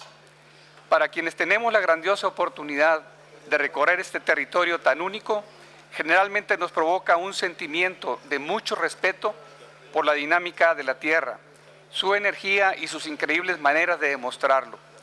Nos recuerda nuestro lugar como humanidad en el espacio y en el tiempo, y nos ubica como parte de la naturaleza, no como sus dueños.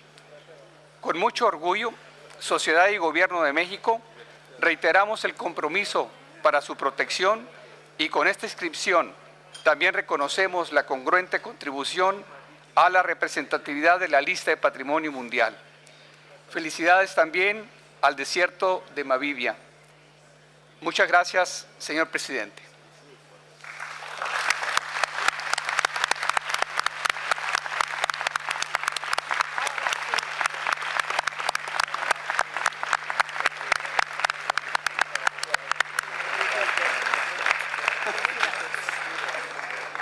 I thank the distinguished representative from Mexico. Dear colleague, before moving to the consideration of nomination of mixed property, I wish to inform you that I have received a request from India and Poland to have their cultural nomination discussed today. Do I have your consent for this proposal?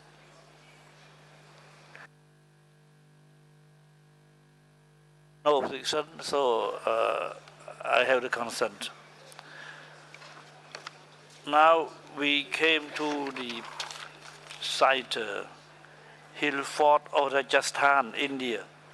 Draft decision 37,8B.31.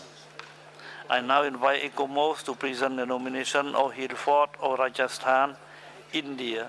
The draft decision concerning the nomination can be found in document 8B.8.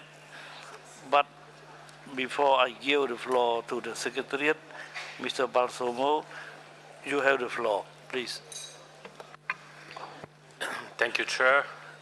Just to remind that we received a factual error letter for this site, which is in document INF 8B4 and could be found on page 33 of the English version and 33 also of the French version. Thank you, Chair.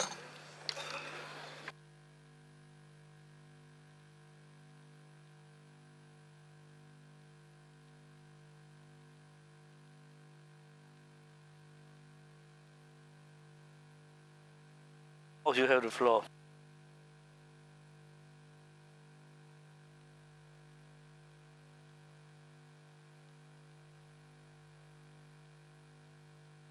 Thank you, Chair. I would now like to present the nomination for the Hill Forts of Rajasthan, India.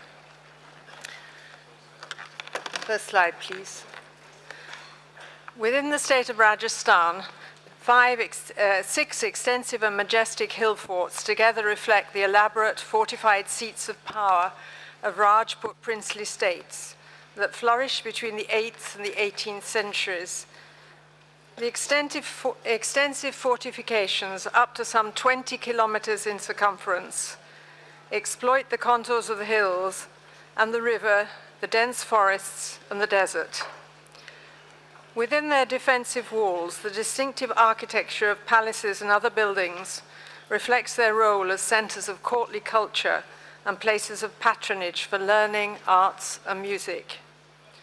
As well as housing for the court and military guard, forts included urban settlements, some of which have survived, and many had mercantile centers reflecting the trade that underpinned their wealth. Most of the forts also had temples or sacred buildings, some predating the fortifications and outliving the Rajput kingdoms. And collectively, the forts contain extensive water harvesting structures, many of which are still in use. In terms of the categories, can I have the next slide, please? In terms of the categories of cultural property set out in the convention, this is a serial nomination of 6 sites. And you can see the names of the forts: Chittagong, Kumbhalgarh, Ranthambore, Gagron, Amber, and Jaisalmer. Next slide, please. And the location of the 6 forts in Rajasthan. Next one, please. This is a referred back nomination. At the 36th session, the World Heritage Committee referred the nomination back to the State Party in order to allow it to provide a more detailed approach for the selection of the component parts, to show that the various categories of military architecture across the range of the Rajput kingdom, and to provide more information on the management of the components. They also recommended that the State Party request an advisory mission to the site to consider how the nomination might be amended. And an ICOMOS advisory mission visited Rajasthan in November 2012. Next slide, please. To take the slides one by one, first of all, Chittagong. Next slide, please. The fortifications of Chittagong are now considered to be one of the finest Hindu defense systems to survive in any degree of completeness. The initial walls were constructed in the 13th century, and their current planning reflects the ideas of Rana Kumbha, the ruler of Mewar state, who with his artisan Mandan established the guidelines for Rajput fortifications. The ascent of the fort passes through 7 gateways flanked by hexagonal or octagonal towers, and all protected by enclosing defensive walls. As the former capital of the Sisodia clan and the target of the 3 famous historical sieges, the site is strongly imbued with associational values attached to Rajput history and folklore. Next slide, please. The extent to which it displays buildings that reflect its role as a center of power make it distinctive from some of the other forts. Furthermore, the sheer number and variety of architectural remains of an early date, ranging from the 8th to the 16th century, mark it out as an exceptional site with which only a few Indian forts are comparable. Within the walls are the extensive remains of palaces, one constructed in the 15th century, and a later one shown here, the Padmini Palace, in the 19th century that overlooks a reservoir. Next one. There are many temples within the fort. Although the majority represent the Hindu faith, it also contains Jain temples dating from the 15th century and 2 tower memorials from the 13th to the 14th century, as you can see one of them here. Next slide, please. The fort has 85 historic water structures, of which 20 are still functioning, including 3 water tanks from the 7th century. Now turning to Kumbhalgarh Fort, and there is a site map. Next one, please. The walls of Kumbhalgarh extend to 20 kilometers in length, making them the longest in India and probably the 3rd in the world. Its distinctive contribution to the overall series arises from it having been constructed in a single process in the 15th century, and the way it retains its extraordinary architectural coherence. Its design is attributed to an architect known by name, Mandan, who was also an author and theorist at the court of Rana Kumbha in Chittagong. Next one, please. The palace area contains the 15th century Kumbha Mahal, with integrating both men's and women's apartments, and the much later Bada Mahal, built in the late 19th and early 20th century, which occupies the highest point of the fort, which you can see here. Next one, please. There are a very large number of temples, of which only a small selection are shown. Hindu and Jain temples, dating from the 13th through to some constructed in the 18th century. Next one, please.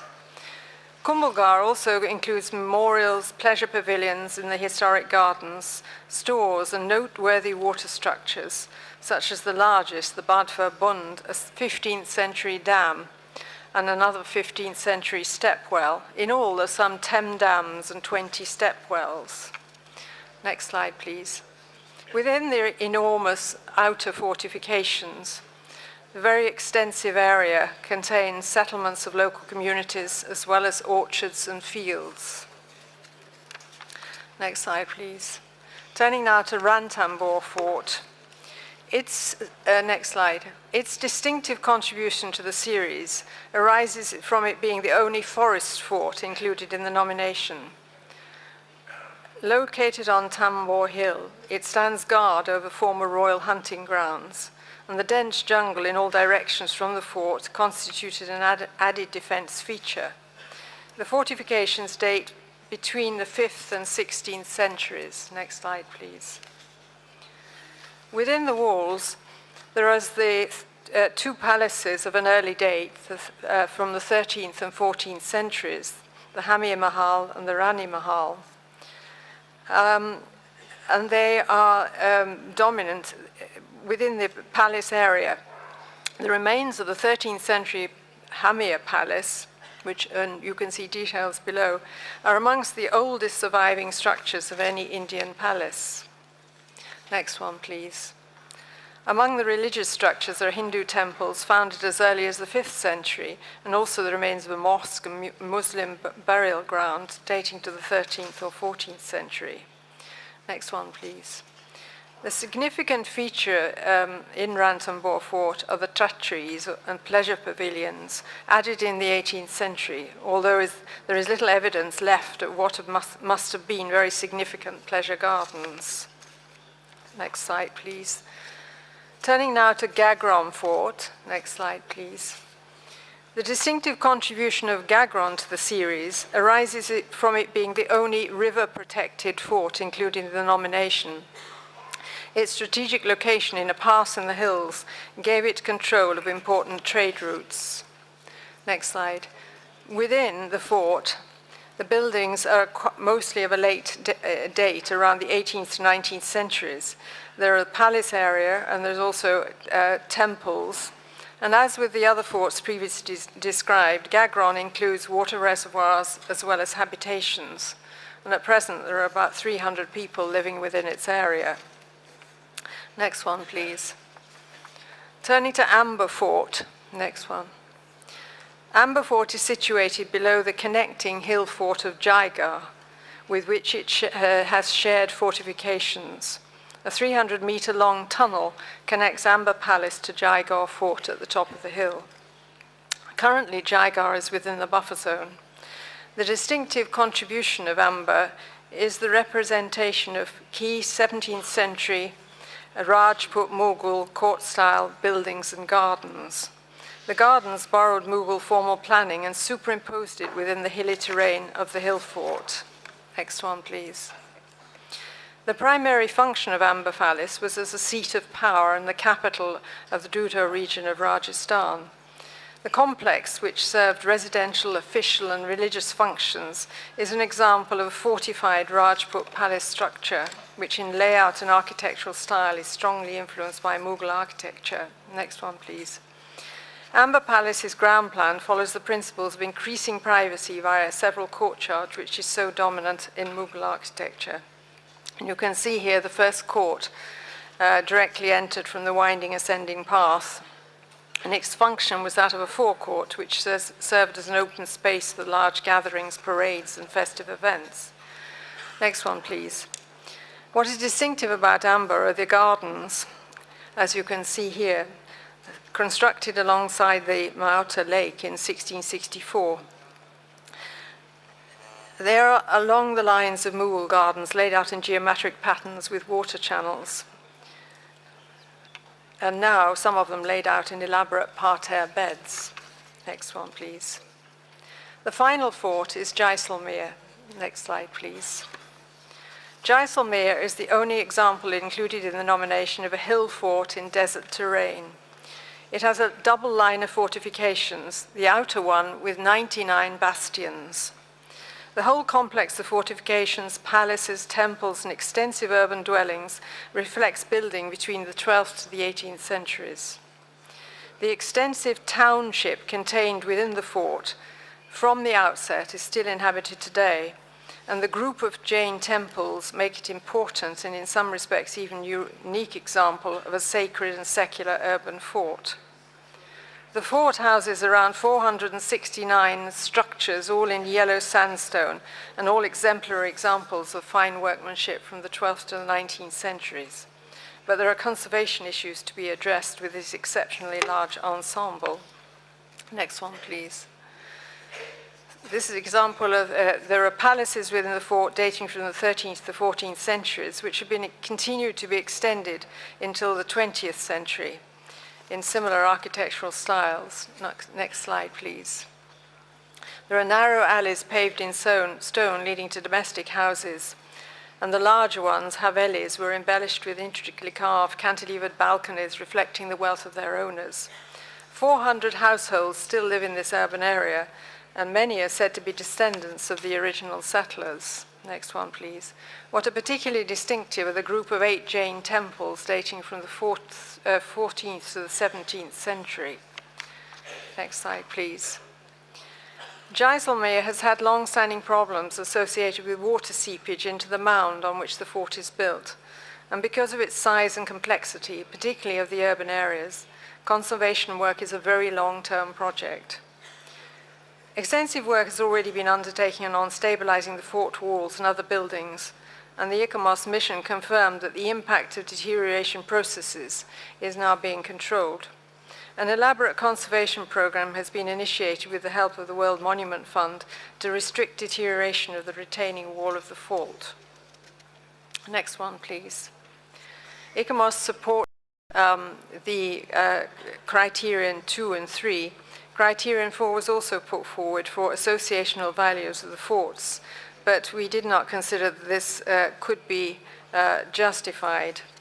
In terms of, next slide please, boundaries, protection and management we consider are all adequate. There are a few concerns over the conservation of certain aspects of Ranthambore Fort, and we consider that it is essential that the conservation program for Jaisalmer be undertaken according to the agreed timetable. Next slide, please.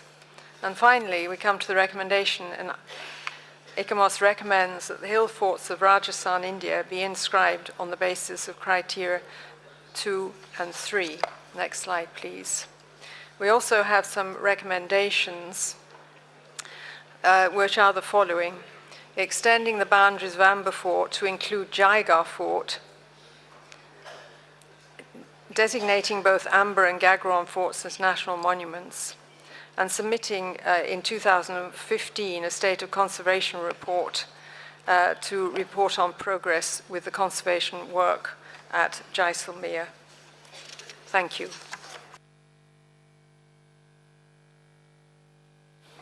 I open for discussion, please.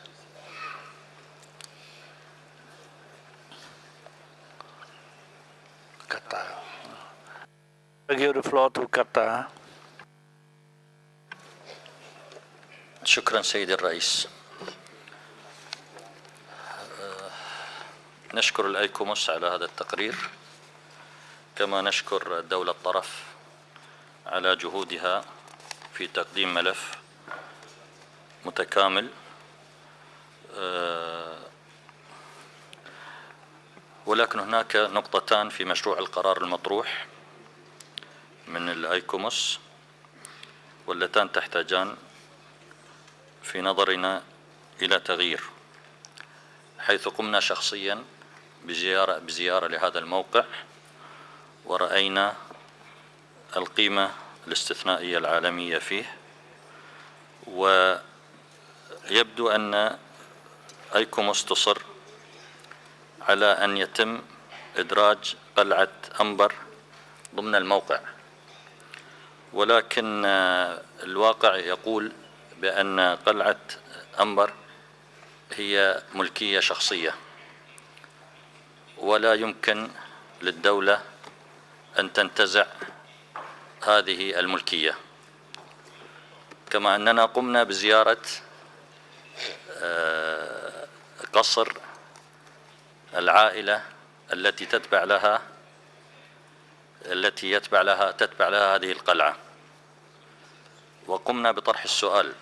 لم نحظى برؤية الأميرة في قصرها، ولكن قابلنا مدير أعمالها وطرحنا هذا السؤال: ألا يمكن أن تقوموا بالتخلي عن ملكية هذه القلعة؟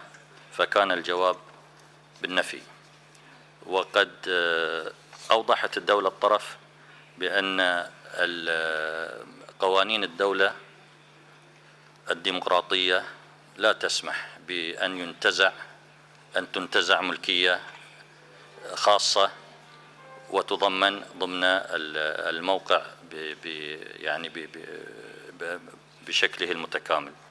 لذلك فإننا نقترح أن يتم تعديل مشروع القرار. شكرا.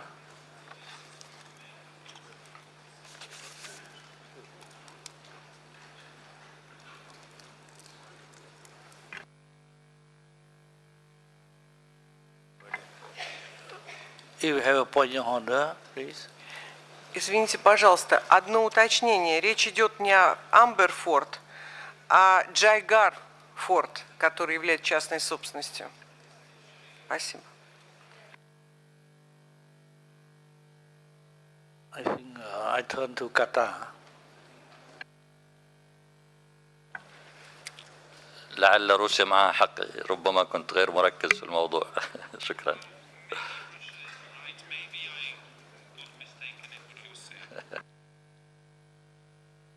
I call on Japan to take the floor.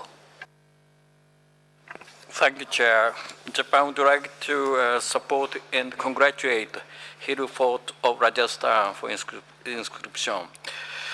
Japan also would like to commend its effort made after the referral back last year. Thank you.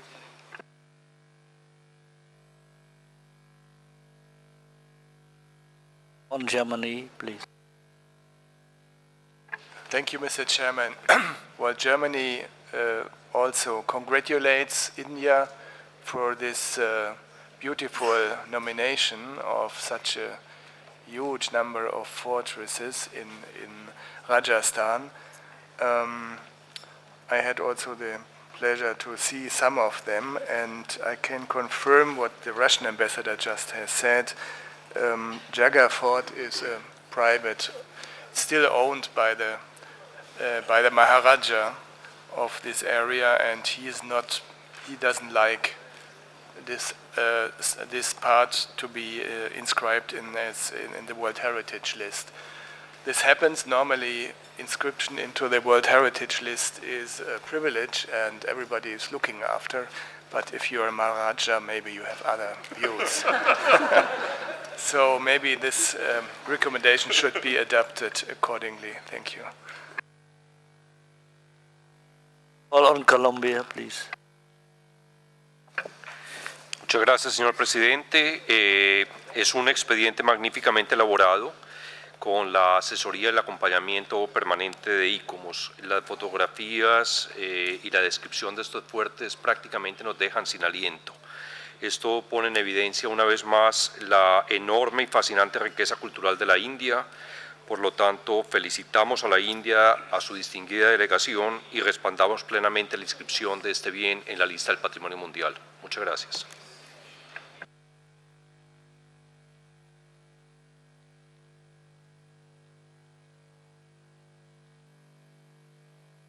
On United Arab Emirates.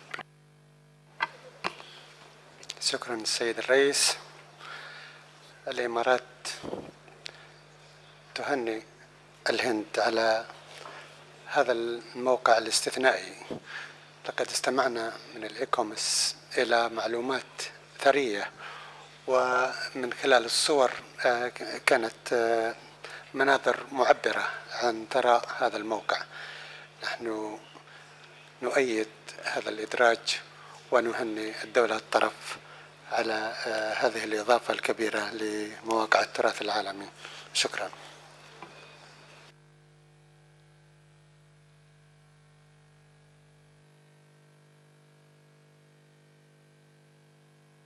Island, you have the floor.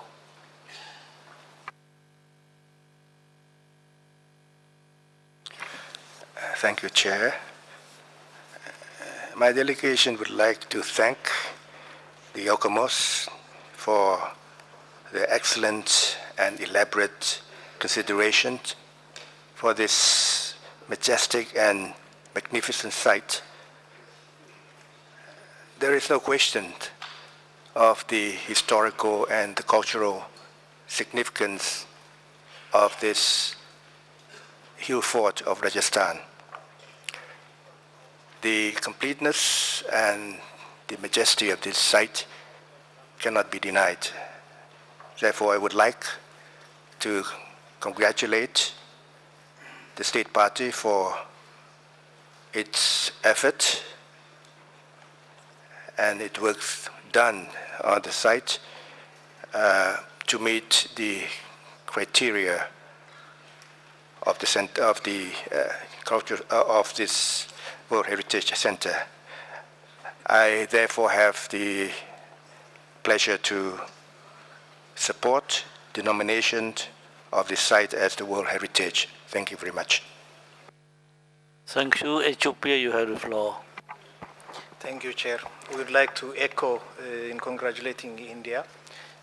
As we all remember, last year it was referred with a lot of discussion, and we have to congratulate India in keeping the promises and bringing this marvelous site into inscription. Once again, congratulations, India. Thank you. Malaysia, s'il vous plaît. Thank you, Chair.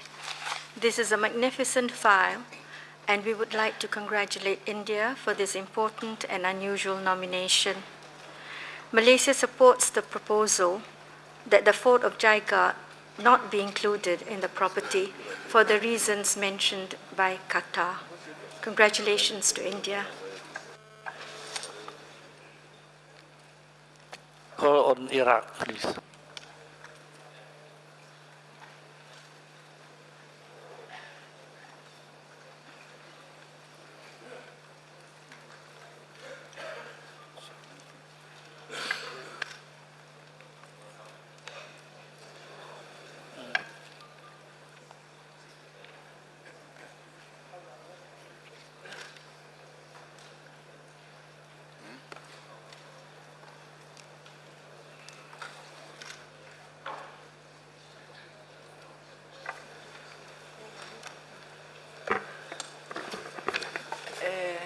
نود أن نهنئ وفد الهند على تسجيل هذا الموقع الفريد من نوعه، وفي نفس الوقت نؤيد الاقتراحات التي مرت قبلنا والدول التي سبقتنا في سحب الفقرة الرابعة A و B. وشكرا.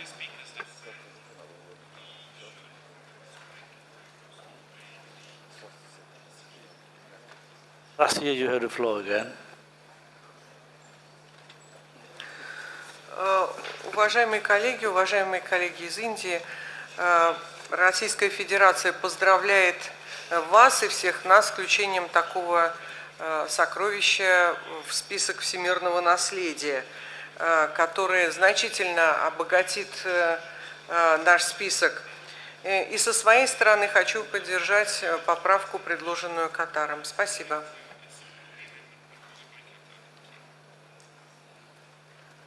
France, vous avez la parole. Merci, Monsieur le Président. La France félicite l'Inde pour la qualité du dossier, mais par-delà la qualité du dossier, c'est surtout des cadeaux qu'elle nous fait aujourd'hui en nous proposant ces richesses. Donc, nous soutenons cette proposition d'inscription. Merci, Monsieur le Président. Si je donne la parole à Algérie. Merci, Monsieur le Président. L'Algérie soutient l'inscription de ce site en l'état sur la liste du patrimoine, l'inscription de ce site sur la liste du patrimoine mondial et félicite de prime abord l'Inde pour ce beau cadeau, comme vient de dire le délégué, Madame la déléguée de la France. Et je souhaiterais aussi rendre hommage au travail qui a été fait en collaboration entre l'État partie et l'ICOMOS. C'est la production d'un rapport qui mérite de la considération. Merci, Monsieur le Président. On South Africa, please.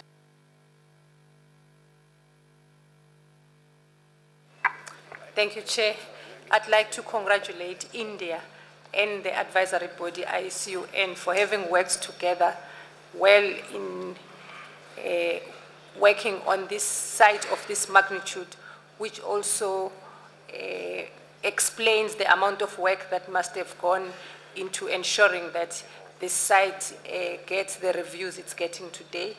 I support the inscription of the site with the amendments that have been recommended by Qatar. Thank you. Delegation of Cambodia, you have the floor. I thank you, Chair. Cambodia would like to join previous speakers in supporting the inscription. We would like to congratulate ICOMOS for the quality of their work, its work, and also the positive recommendation for the property, as well as India for contributing to the enrichment of the World Heritage List, in the World Heritage List, with their impressive and exceptional site. I thank you.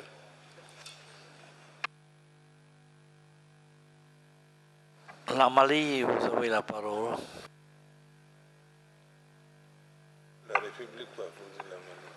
Merci, Monsieur le Président. Nous saisissons une fois de plus cette opportunité, Monsieur le Président, pour féliciter l'État partie de l'Inde pour la qualité du dossier et nous félicitons également l'ICOMOS pour l'évaluation faite au sujet de ce dossier. Merci. Call on CRB, please. Thank you, Mr. Chairman. We have listened carefully ICOMOS presentation, and we are thankful for comprehensive information regarding that exceptional site. We joined the previous speaker in support of listing this magnificent treasure on the World Heritage List. Once again, congratulations to India. Thank you. Suisse, je vous donne la parole. Merci, Monsieur le Président. La Suisse aussi soutient l'inscription de ces biens tout à fait impressionnants dans la liste du patrimoine mondial. Nous voudrions féliciter l'Inde pour la qualité du dossier qu'elle a soumis, mais également nous voudrions nous féliciter de l'aboutissement d'un processus qui a été demandé par le comité dans ses sessions passées et qui a abouti à une coopération particulière avec l'ICOMOS que nous saluons. I call on ICOMOS, please.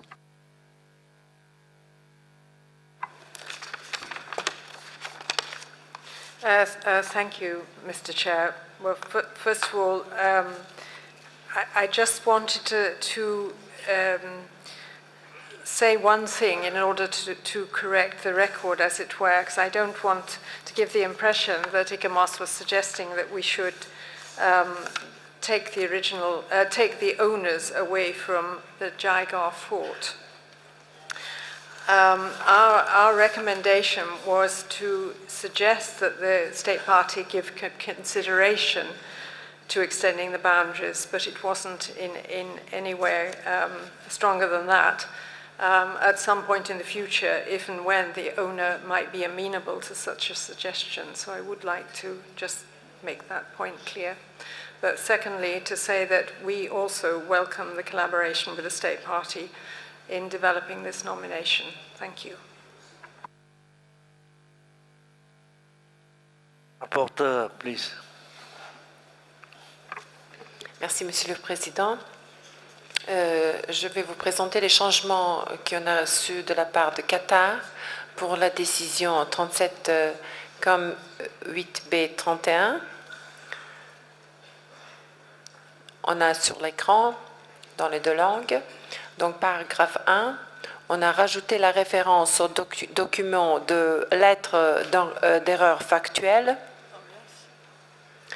Et je voudrais par informer les autres délégations qu'on va ajouter dans d'autres décisions aussi cette référence pour que les délégations le sachent. Paragraphe 2, on n'a pas eu de changement proposé. Paragraphe 3, sous brève synthèse, on n'a pas de changement. Je prie le secrétariat d'aller en bas sous l'intégrité.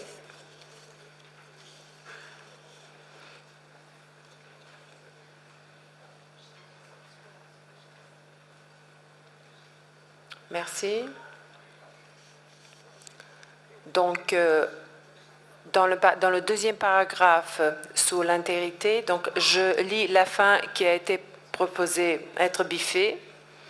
Pour l'effort, vous avez sur l'écran. Pour l'effort d'Ambert et de Kumalgar, l'évolution et les fondations stratégiques de l'architecture militaire Rajput ne peuvent être comprises hors du contexte complet de leur structure de défense militaire.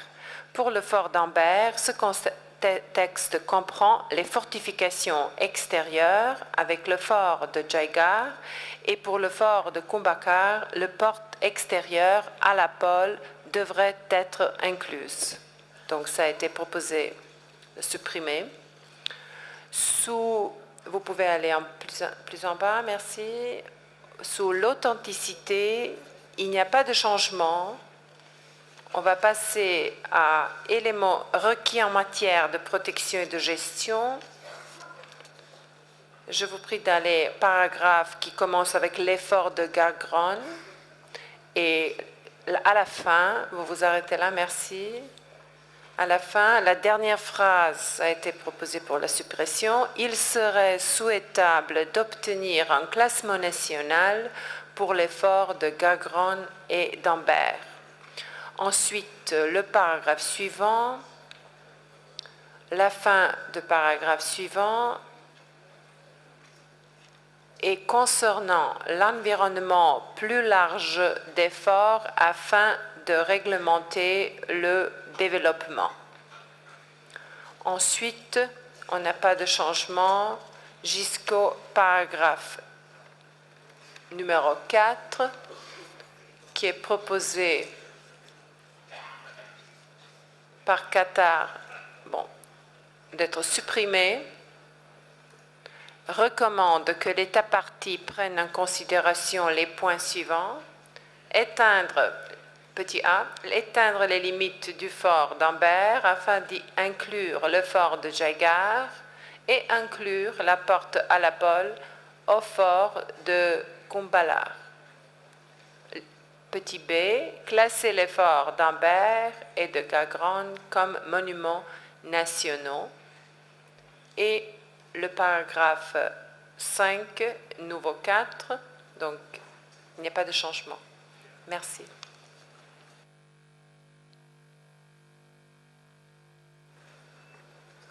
Le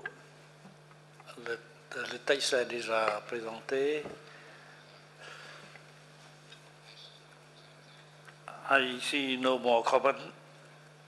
I now declare the decision 37.8b.31 as amended adopted.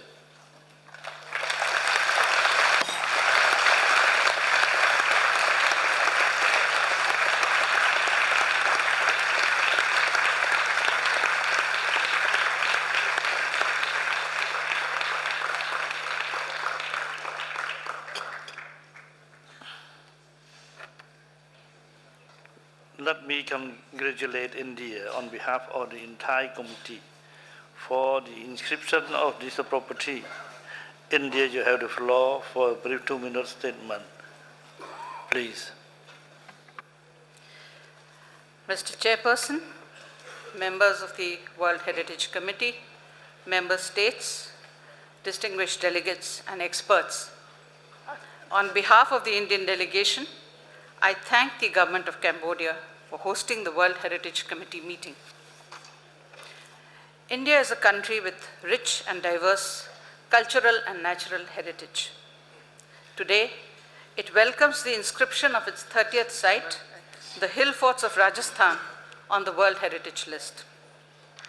The hill forts of Rajasthan include 6 magnificent forts of Jaisalmer, Chittorgarh, Kumbhalgarh, Ranthambore, Amer, and Gagaron from the state of Rajasthan. These are an exceptional testimony not only to the military architecture, but of their exploitation of the rugged terrain, as well as intangible values they embody. In particular, stories of Rajput valor and myriad cultural practices that have continued for centuries. This is a proud moment for the state of Rajasthan, as well as for the entire nation that celebrates this moment. We are committed to protect and preserve these forts and their outstanding universal value for posterity. I thank the World Heritage Committee, ICOMOS, World Heritage Center, and all others who have supported and played a significant role in this inscription. I also take this opportunity to invite you to India to visit these great forts and to other exceptional places, monuments, and sites that are a testimony to our living past. Thank you very much once again, Mr. Chairperson.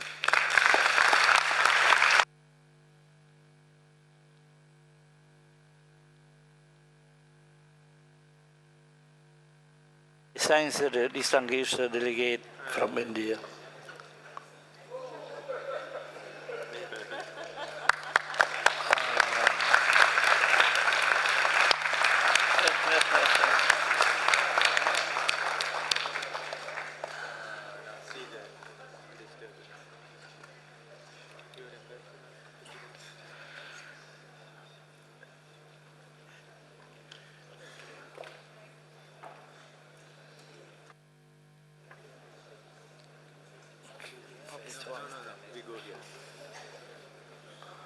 Now we came to another item.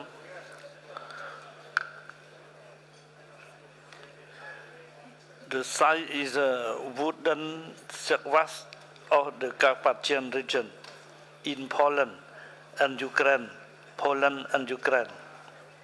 Draft decision number 37, 8B.37.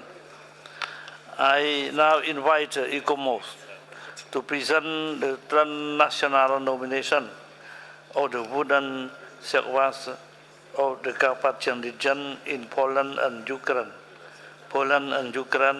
ICOMOS, you have the floor. Thank you very much, Mr. Chairperson.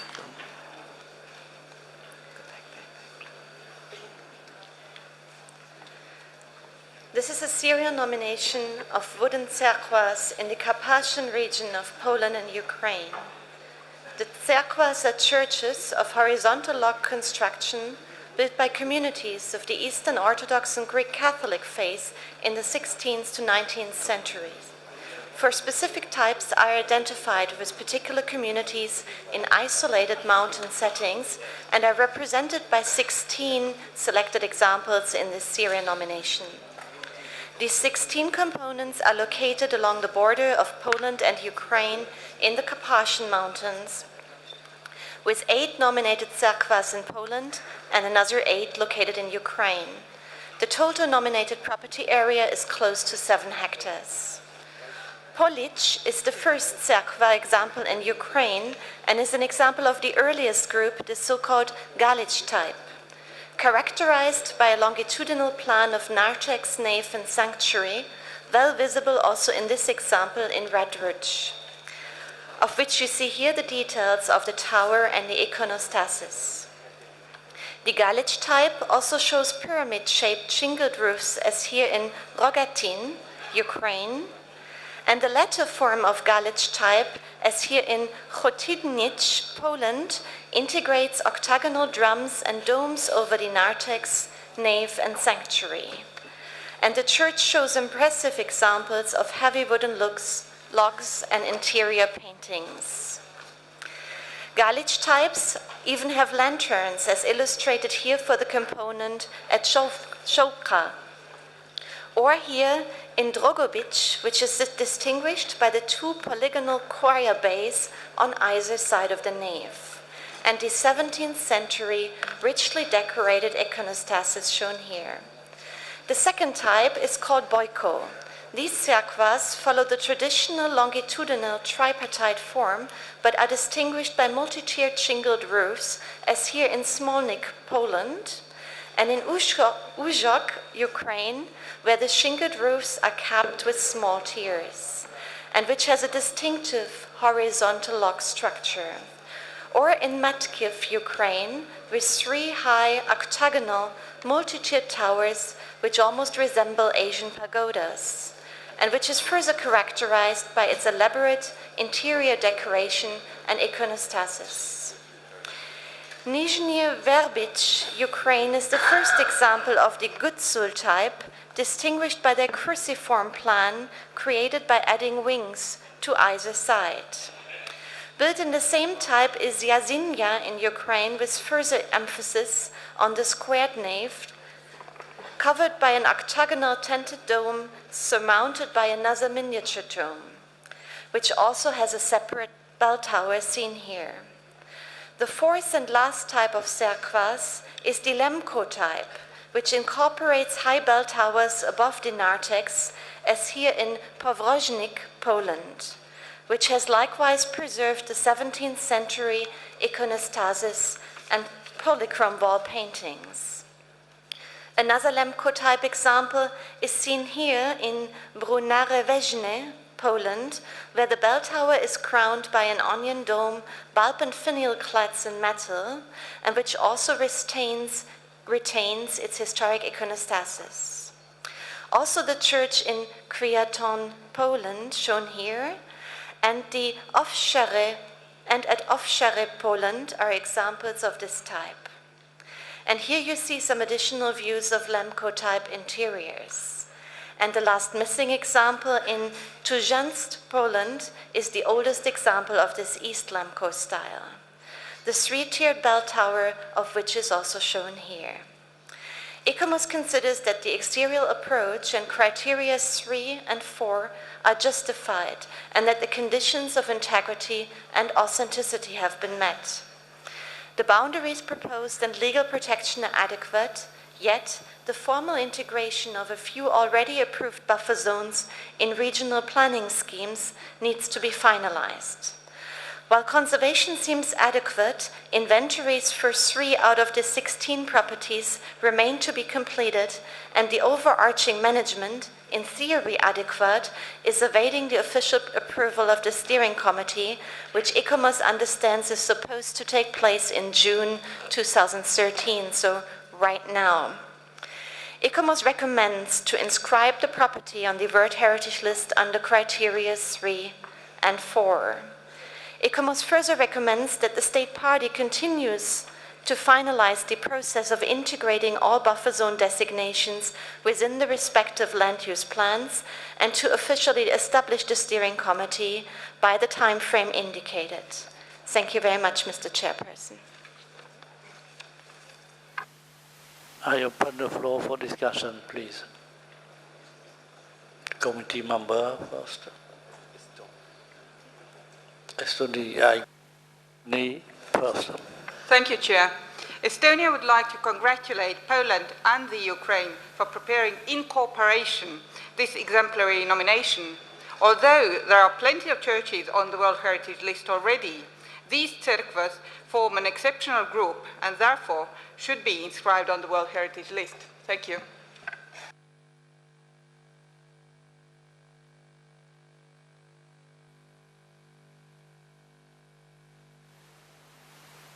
Je donne la parole à France.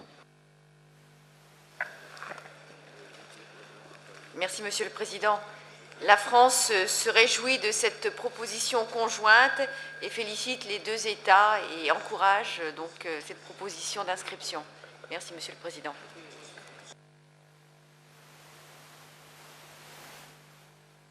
Call on Germany, please. Thank you, Mr. Chairman. I would like to congratulate Poland and Ukraine for this transboundary inscription or nomination of a beautiful site which shows the historic connection between the two countries. Thank you.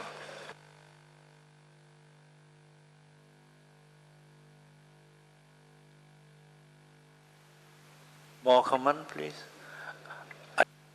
I call on Malaysia. Thank you, Chair.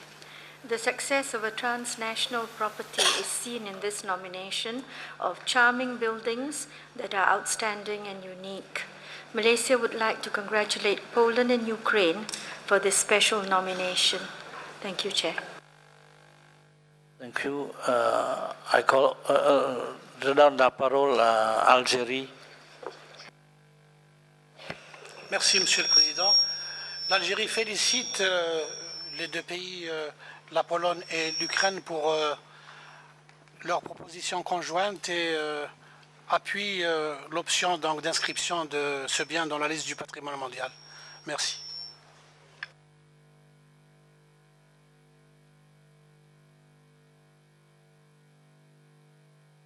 Call on Serbia, please.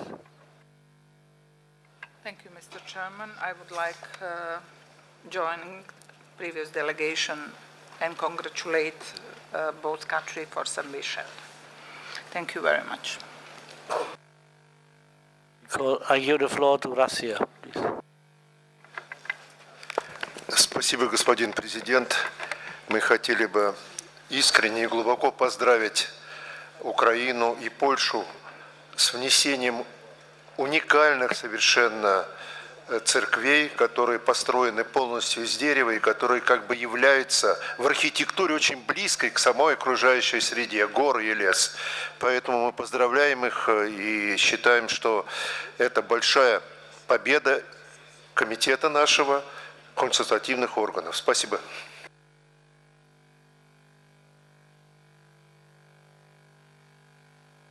Call on Qatar, please. شكرا سيد الرئيس.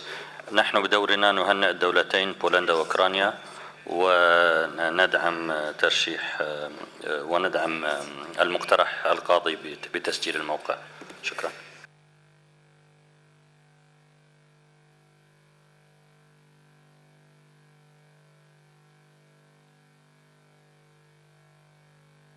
No more comment. I now declare the decision 37.8b.34 adopted.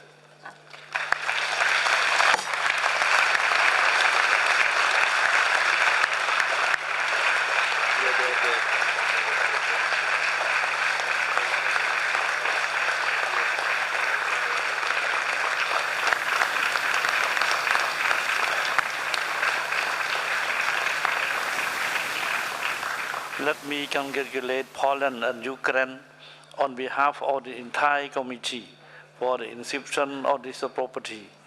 A representative of the two countries, you have the floor for a brief 2-minute statement. Thank you. Thank you, Mr. Chair. So we are always together, sorry.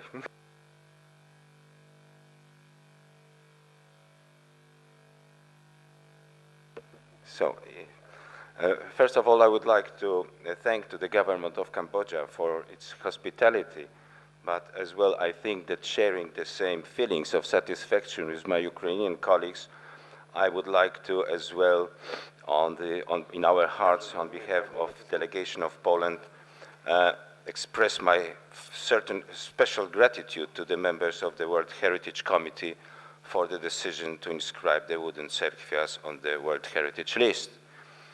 The cerkwias are the most authentic examples of once widespread timber building tradition that originated in the 15th century and have survived to these days.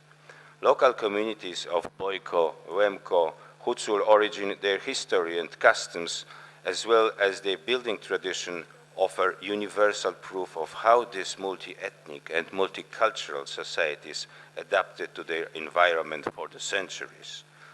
It's especially gratifying that the heritage of the communities that created the Cerkvias is being recognized as of universal value, being fundamental expression of the cultural diversity of the Carpathian region of the Central Eastern part of Europe, complementing already existing on the World Heritage List wooden churches of Małopolska. We would like to thank to the Ukrainian State Party for their cooperation pertaining to the research and protection of our common heritage. We are especially pleased with our ongoing transboundary partnership and would like to affirm the World Heritage community that we will continue this fruitful cooperation in order to ensure the highest possible protection and management of this treasure for our culture. Poland endured difficult past in the last century, and that affected our fragile culture.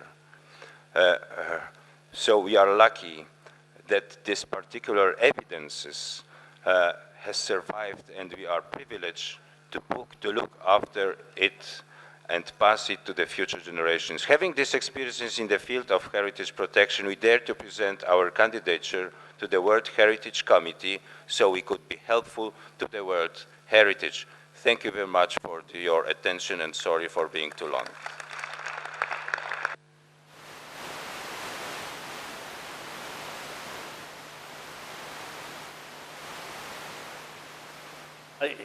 I call on Ukraine to make statement. Ukraine, please.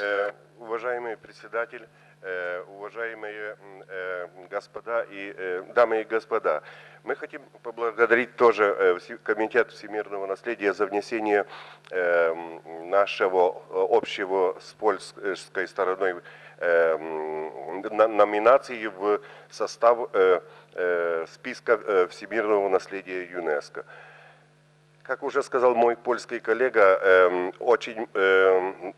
это была очень трудная в некоторых местах работа, но нам удалось создать общую картину строительства деревянной архитектуры Карпатского региона Гуцулу, Лемков, Бойков и Галичан.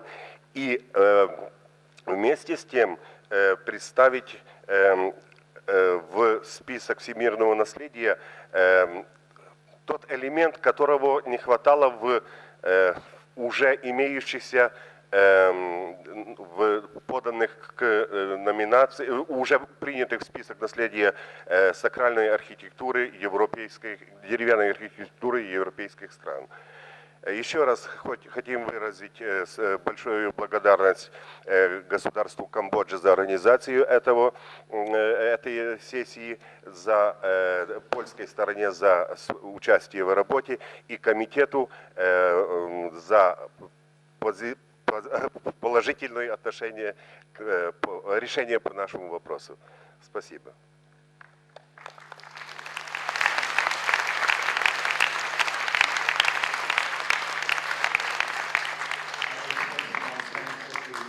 His delegate from Poland and from Ukraine.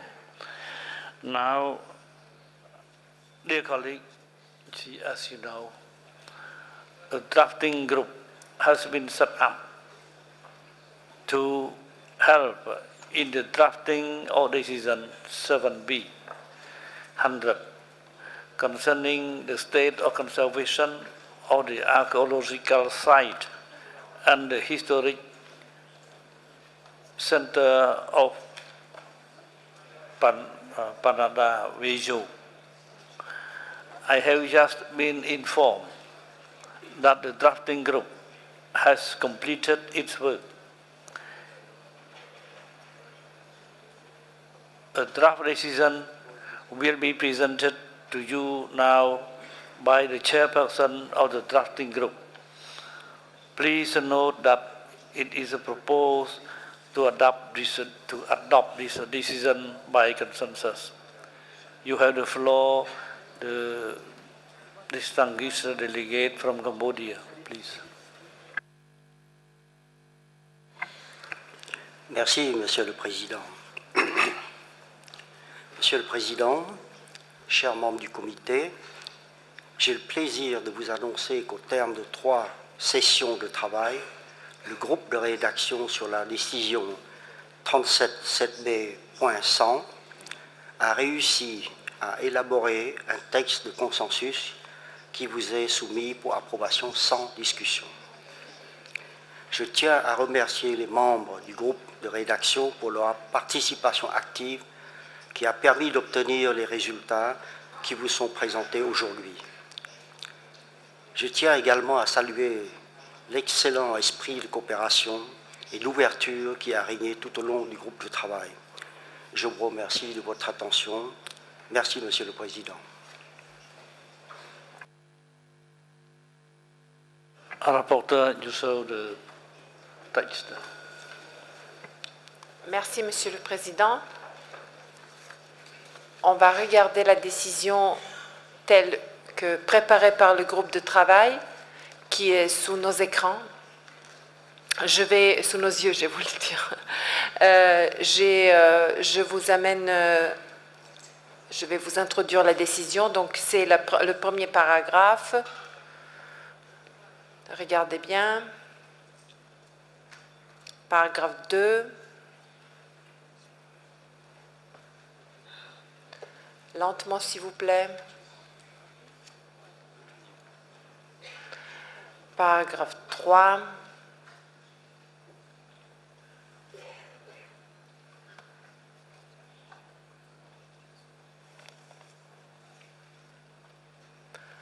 Paragraphe 4.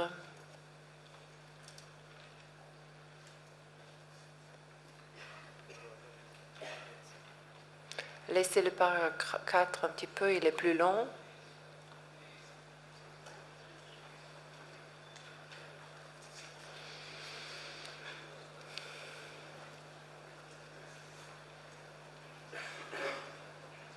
Paragraphe 5.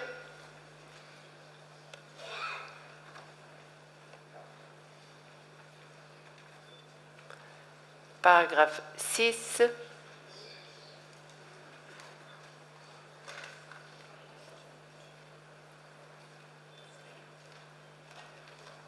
Paragraphe 7.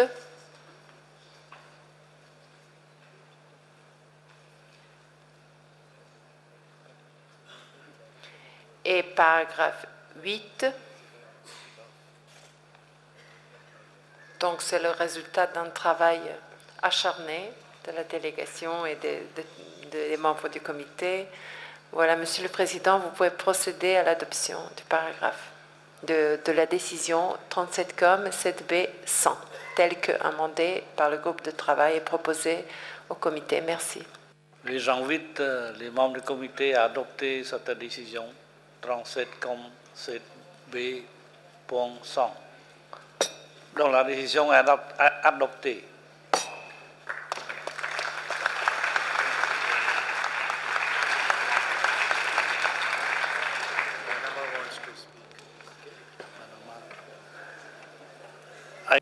Panama to take the floor, please. Thank you, Chair. Thank you, Chair. I would like to thank for the working group of the excellent job that they have done, for the friends that were working there, Miss from Algeria, from le représentant de Mali, the Swiss, our colleague from Mexico, representing the region, ICOMOS, Monsieur César et Carolina. I would like also to say that there's a lesson here to learn. I think that it's very important that the State Party as well as ICOMOS and all the advisory bodies have constant communications along the year, as we were spoken during the meeting in November 3rd, in such a way that issues can be solved well in advance in order to come to an end, and the decisions are easier to come. We very much appreciate, and the State Party will certainly abide and comply. And I thank you, Chair, for your time and for the dedication that we're done here. And there were other peer persons, especially to Mr. Oberoi, Ambassador Oberoi, and Madame Mitrofanova, la déléguée de la France aussi, and our dear friend, Mr. Delegate from Brazil, that is always around us, helping on those issues and giving us the best advices. Thank you very much, Chair.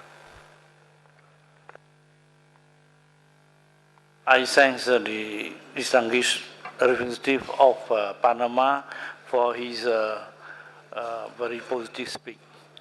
Now we came to the item B, mixed property, B1 Africa, B.1.1 new nomination. Bijagos Archipelago, Moton Moronfa Drogo, Guinea-Bissau.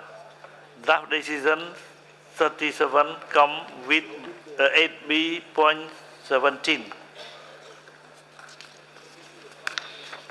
I now invite both IUCN and ICOMOS to present the nomination of the Bijagos Archipelago, Motom Moronga Zongo, Guinea-Bissau. IUCN and ICOMOS, you have the floor, please. Thank you, Mr. Chair. ICOMOS will start the presentation. There's a map showing the location of the property off the Atlantic coast of West Africa, off the coast of Guinea-Bissau. Next slide, please. The Bijagos archipelago consists of a vast network of 88 small islands and tidal mudflats formed in the ancient delta of the Rio Geba and the Rio Grande rivers and protected by shoals, reefs, and surf. The islands are inhabited by the Bijagos group of people, now mainly farmers and fishermen. Until the late 19th century, the economy of the islands was built on trade. 21 islands are now used for habitation and cultivation, and 20 others for cultivation only. The rest of the islands are considered sacred, protected by spirits, and used for initiation rites and religious ceremonies. Next. The Bijagos villages, clusters of squared thatched buildings, lie in the interior of the islands. Their economy is based on the cultivation of rice and oil palms. The ubiquity of the rich natural resources of the island has traditionally been protected through customs and practices, reinforced by taboos and reflected in sculptures and ritual dances. The entire nominated area is a biosphere reserve. In terms of categories of cultural property, this is a site. It is also nominated as a cultural landscape. Next slide.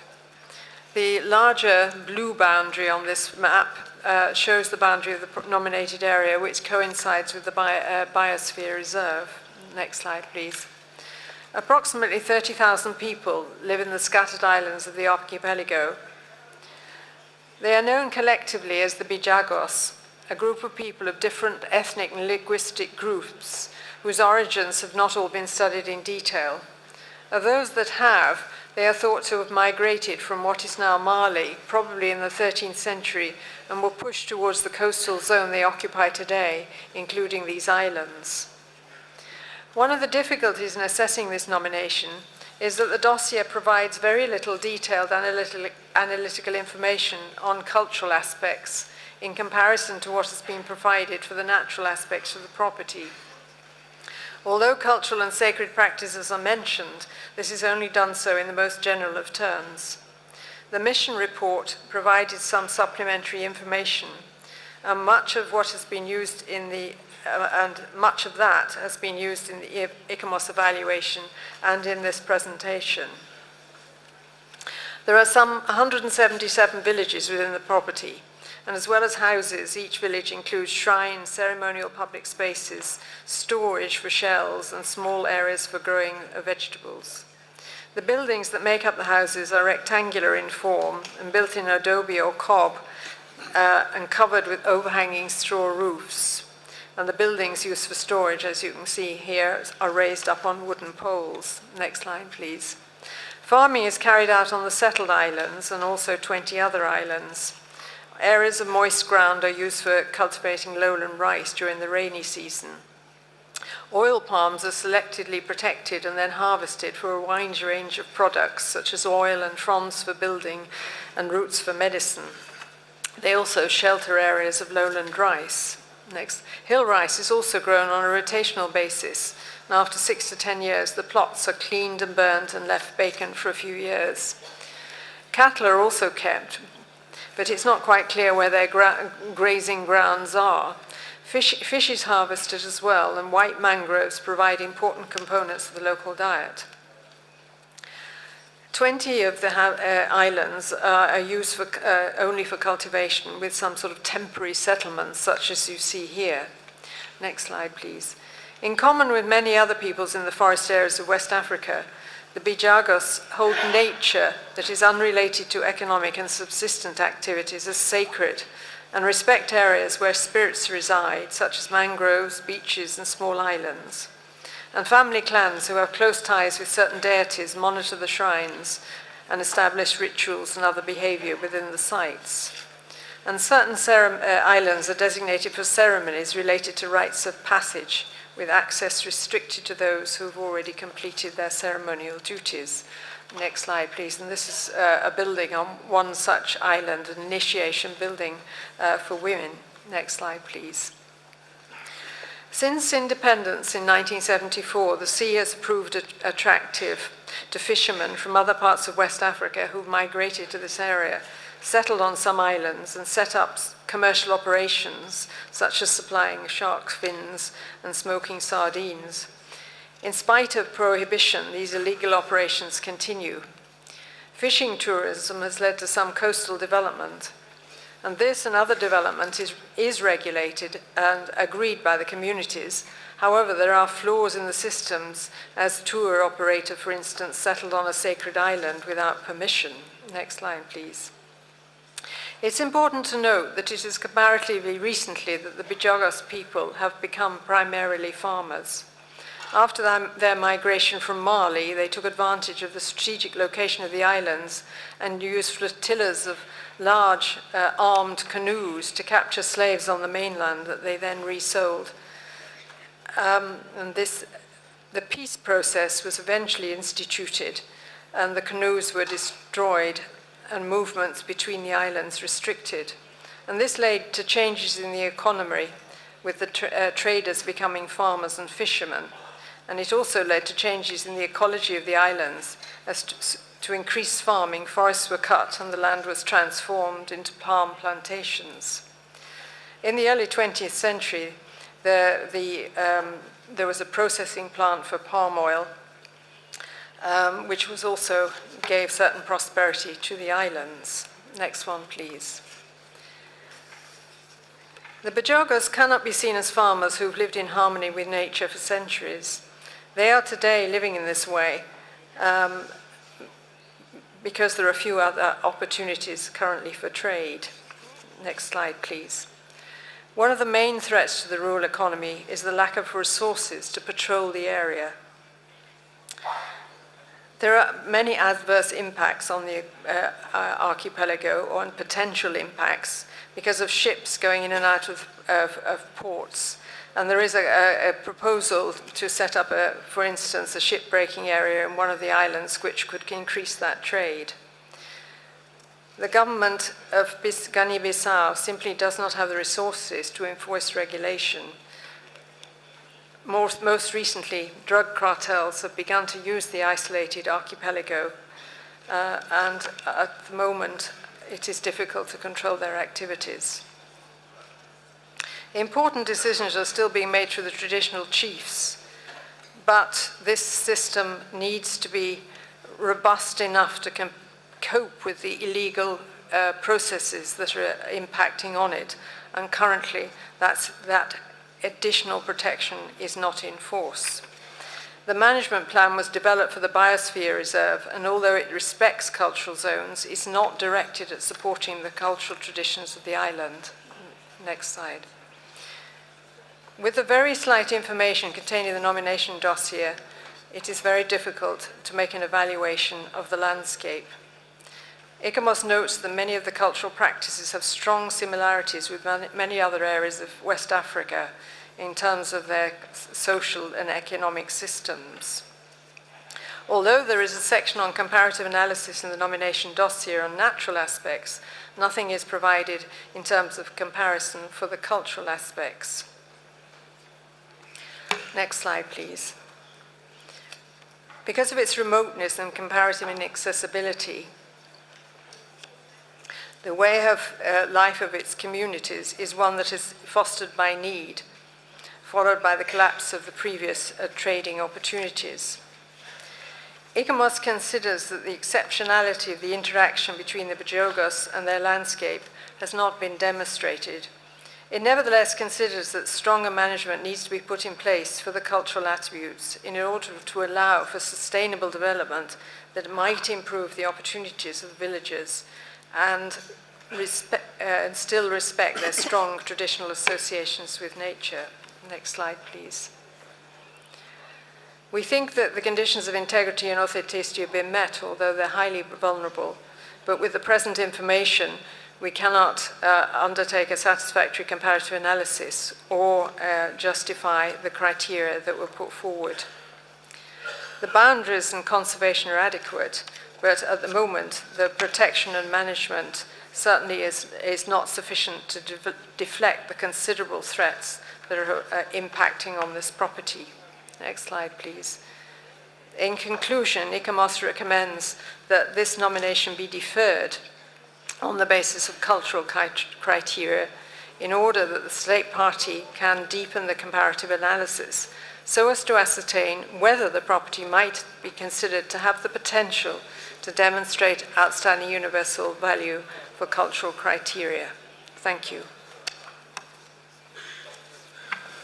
Thank you, Chair. IUCN will continue, and our evaluation is on page 113 of the English, 115 of the French versions of the IUCN report. I'll just let the slides come up on the screen.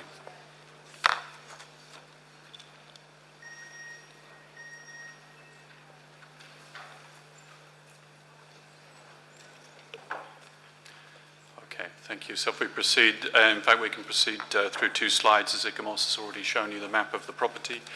So please pass to the next slide. And the next one. And as ICOMOS has also noted, the entire nominated area was inscribed as a biosphere reserve in 1996.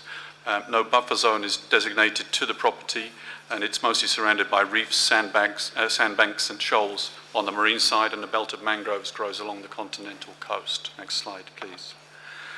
The property has been nominated under natural criteria 7, 9 and 10. In relation to criterion 7, the property does have some almost pristine belts of sandy beaches, mangroves and palms surrounding the islands. However, the most significant natural values of this property are the marine areas, including a large range of areas that support important marine species. Whilst the property includes extensive natural areas of great beauty, some areas, notably at the interior of all of the larger islands, have lost the majority of their natural values through cultivation and human habitation, although some of the smaller islets, as well as some of the marine areas, remain in a near pristine condition. We believe there is potential of the property to meet criterion 7. Next slide, please. The Bajogos Archipelago is the only active deltaic island archipelago along the Atlantic coast of Africa. It includes tidal flats that are extremely rich in nutrients, thereby maintaining an important flora and marine fauna.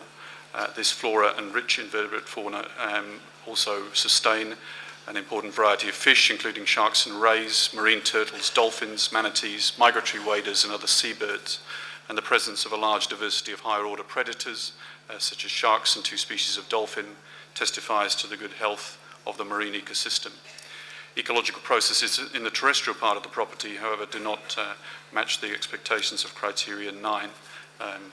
IUCN considers that the nominated property with further work could have the potential to meet criterion 9. Next slide, please. The nominated property is of a great regional significance as the second most important wintering site for Palearctic migratory waders after the Banc d'Arguin in Mauritania, and one of the most important nesting areas for green turtle globally. The property also provides protection for an important range of threatened species, including 5 species of marine turtles, at least 10 sharks, 6 rays, possibly 2 species of sawfish, the West African manatee, the Atlantic humpback dolphin, and an unusual population of hippopotamus that have adopted a marine way of life. Its terrestrial values, however, do not rank in the same way in relation to biodiversity criteria. Again, IUCN considers that with revisions, this nominated property does have the potential to meet natural criterion 10. Next slide, please. The Biosphere Reserve that is the subject of the nomination is currently not fully underpinned by legal protection. There are proposals to legally protect the area, but this requires a consistent and committed level of national attention. There are 3 legally protected areas that cover only parts of the nominated property. Next slide, please. The boundaries of the nominated property are the same as those for the Biosphere Reserve. The property seems to illustrate many commendable aspects of how a Biosphere Reserve should be managed. However, including the whole of the Biosphere Reserve brings many areas that would be quite problematic in relation to the application of the natural criteria, although could be appropriate in relation to providing a buffering function in that regard.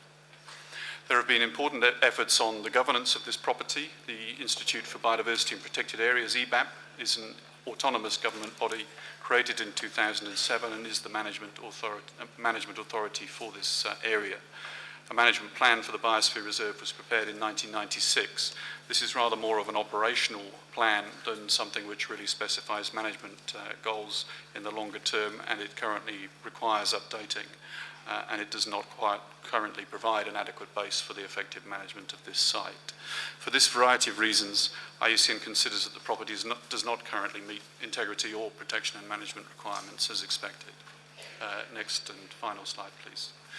So, in summary, IUCN considers IUCN would recommend that the committee defer the examination of the nomination of this property to the World Heritage List to allow the whole range of issues that have been identified, and I think complemented by those identified by ICOMOS, to be considered through a revised nomination. IUCN has indicated its willingness to support the state party in this effort. We have a long history of working with Guinea-Bissau.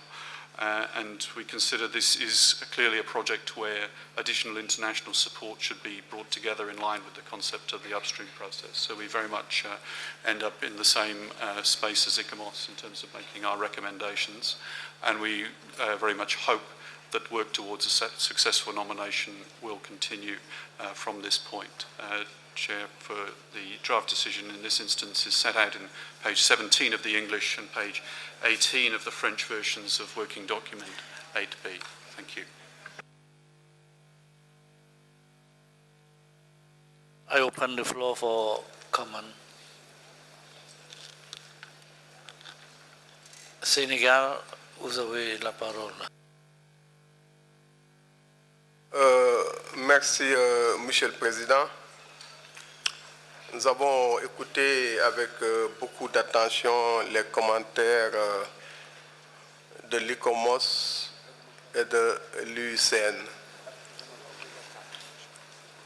Les îles Bijagos sont nos voisins du Sénégal. C'est un écosystème presque complémentaire à ce que nous avons dans le delta du Saloum. Et il y a certains migrateurs qui fréquentent les deux espaces. C'est donc quelque chose à laquelle nous tenons très fortement. Après avoir écouté l'ICOMOS et l'UICN, nous avons la forte conviction que ce bien remplit au moins les critères liés à la valeur universelle exceptionnelle. À la page 22 du rapport de l'UICN, de l'ICOMOS, excusez-moi, les 3 premiers paragraphes sont tout à fait instructifs. Ils montrent l'association entre les Bijagos et le paysage.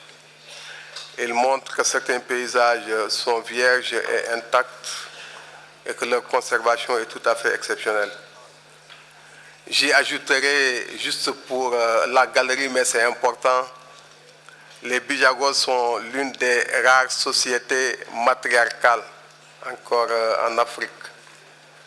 Je me demande si ce n'est pas une valeur aussi universelle, exceptionnelle.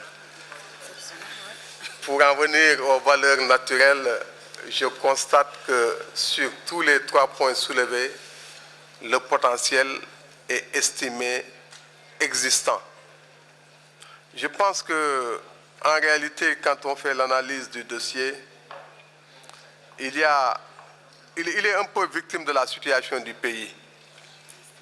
Il y a un problème de gouvernance du dossier, il y a un problème de pilotage, il y a un problème d'administration. Ça, c'est des problèmes vrais sur lesquels on ne peut pas opposer aux évaluateurs des arguments effectifs. Cependant, j'aurais souhaité que le comité traite ce dossier avec une extrême diligence, parce qu'il y a des risques imminents qui, s'ils ne sont pas jugulés, risquent de compromettre définitivement la valeur universelle exceptionnelle de ce bien qui, pour moi, existe. La première chose à faire, à mon avis, c'est d'aider le pays à mieux maîtriser les limites du bien.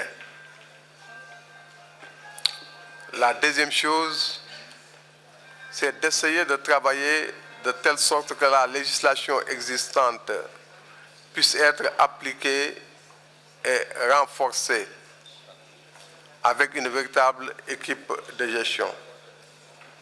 Mais je voudrais attirer aussi l'attention de notre communauté sur le fait extrêmement grave que si nous ne faisons rien pour aider à la maîtrise, au contrôle, à la mise en valeur et à l'administration des ailes Bijagos, elles vont devenir très rapidement un paradis pour les narcotrafiquants. C'est pourquoi vraiment nous invitons le comité à mettre à la disposition des organisations consultatives et le Fonds africain aussi du patrimoine mondial à mobiliser toute la communauté pour que tous ensemble, nous travaillons à faire de telle sorte que les valeurs identifiées soient renforcées, qu'une législation adéquate soit mise en place et que les villes Bijagos restent un paradis pour les humains et non une jungle pour les narcotrafiquants. Je vous remercie. Merci. Naturellement, on n'a pas le choix. On est obligé de suivre les organisations consultatives.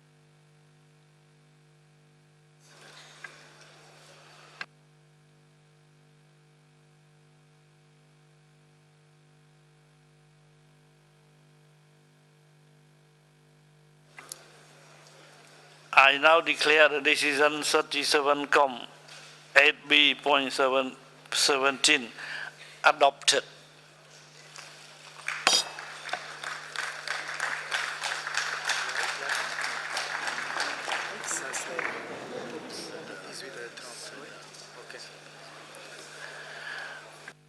Now it is 6:30 p.m. already, and we have a lot of side event. I'd like to adjourn our afternoon session, and we will meet tomorrow at 9:30 a.m. Thank you very much. Information, announcement. Please wait for the announcement from the Secretariat, please.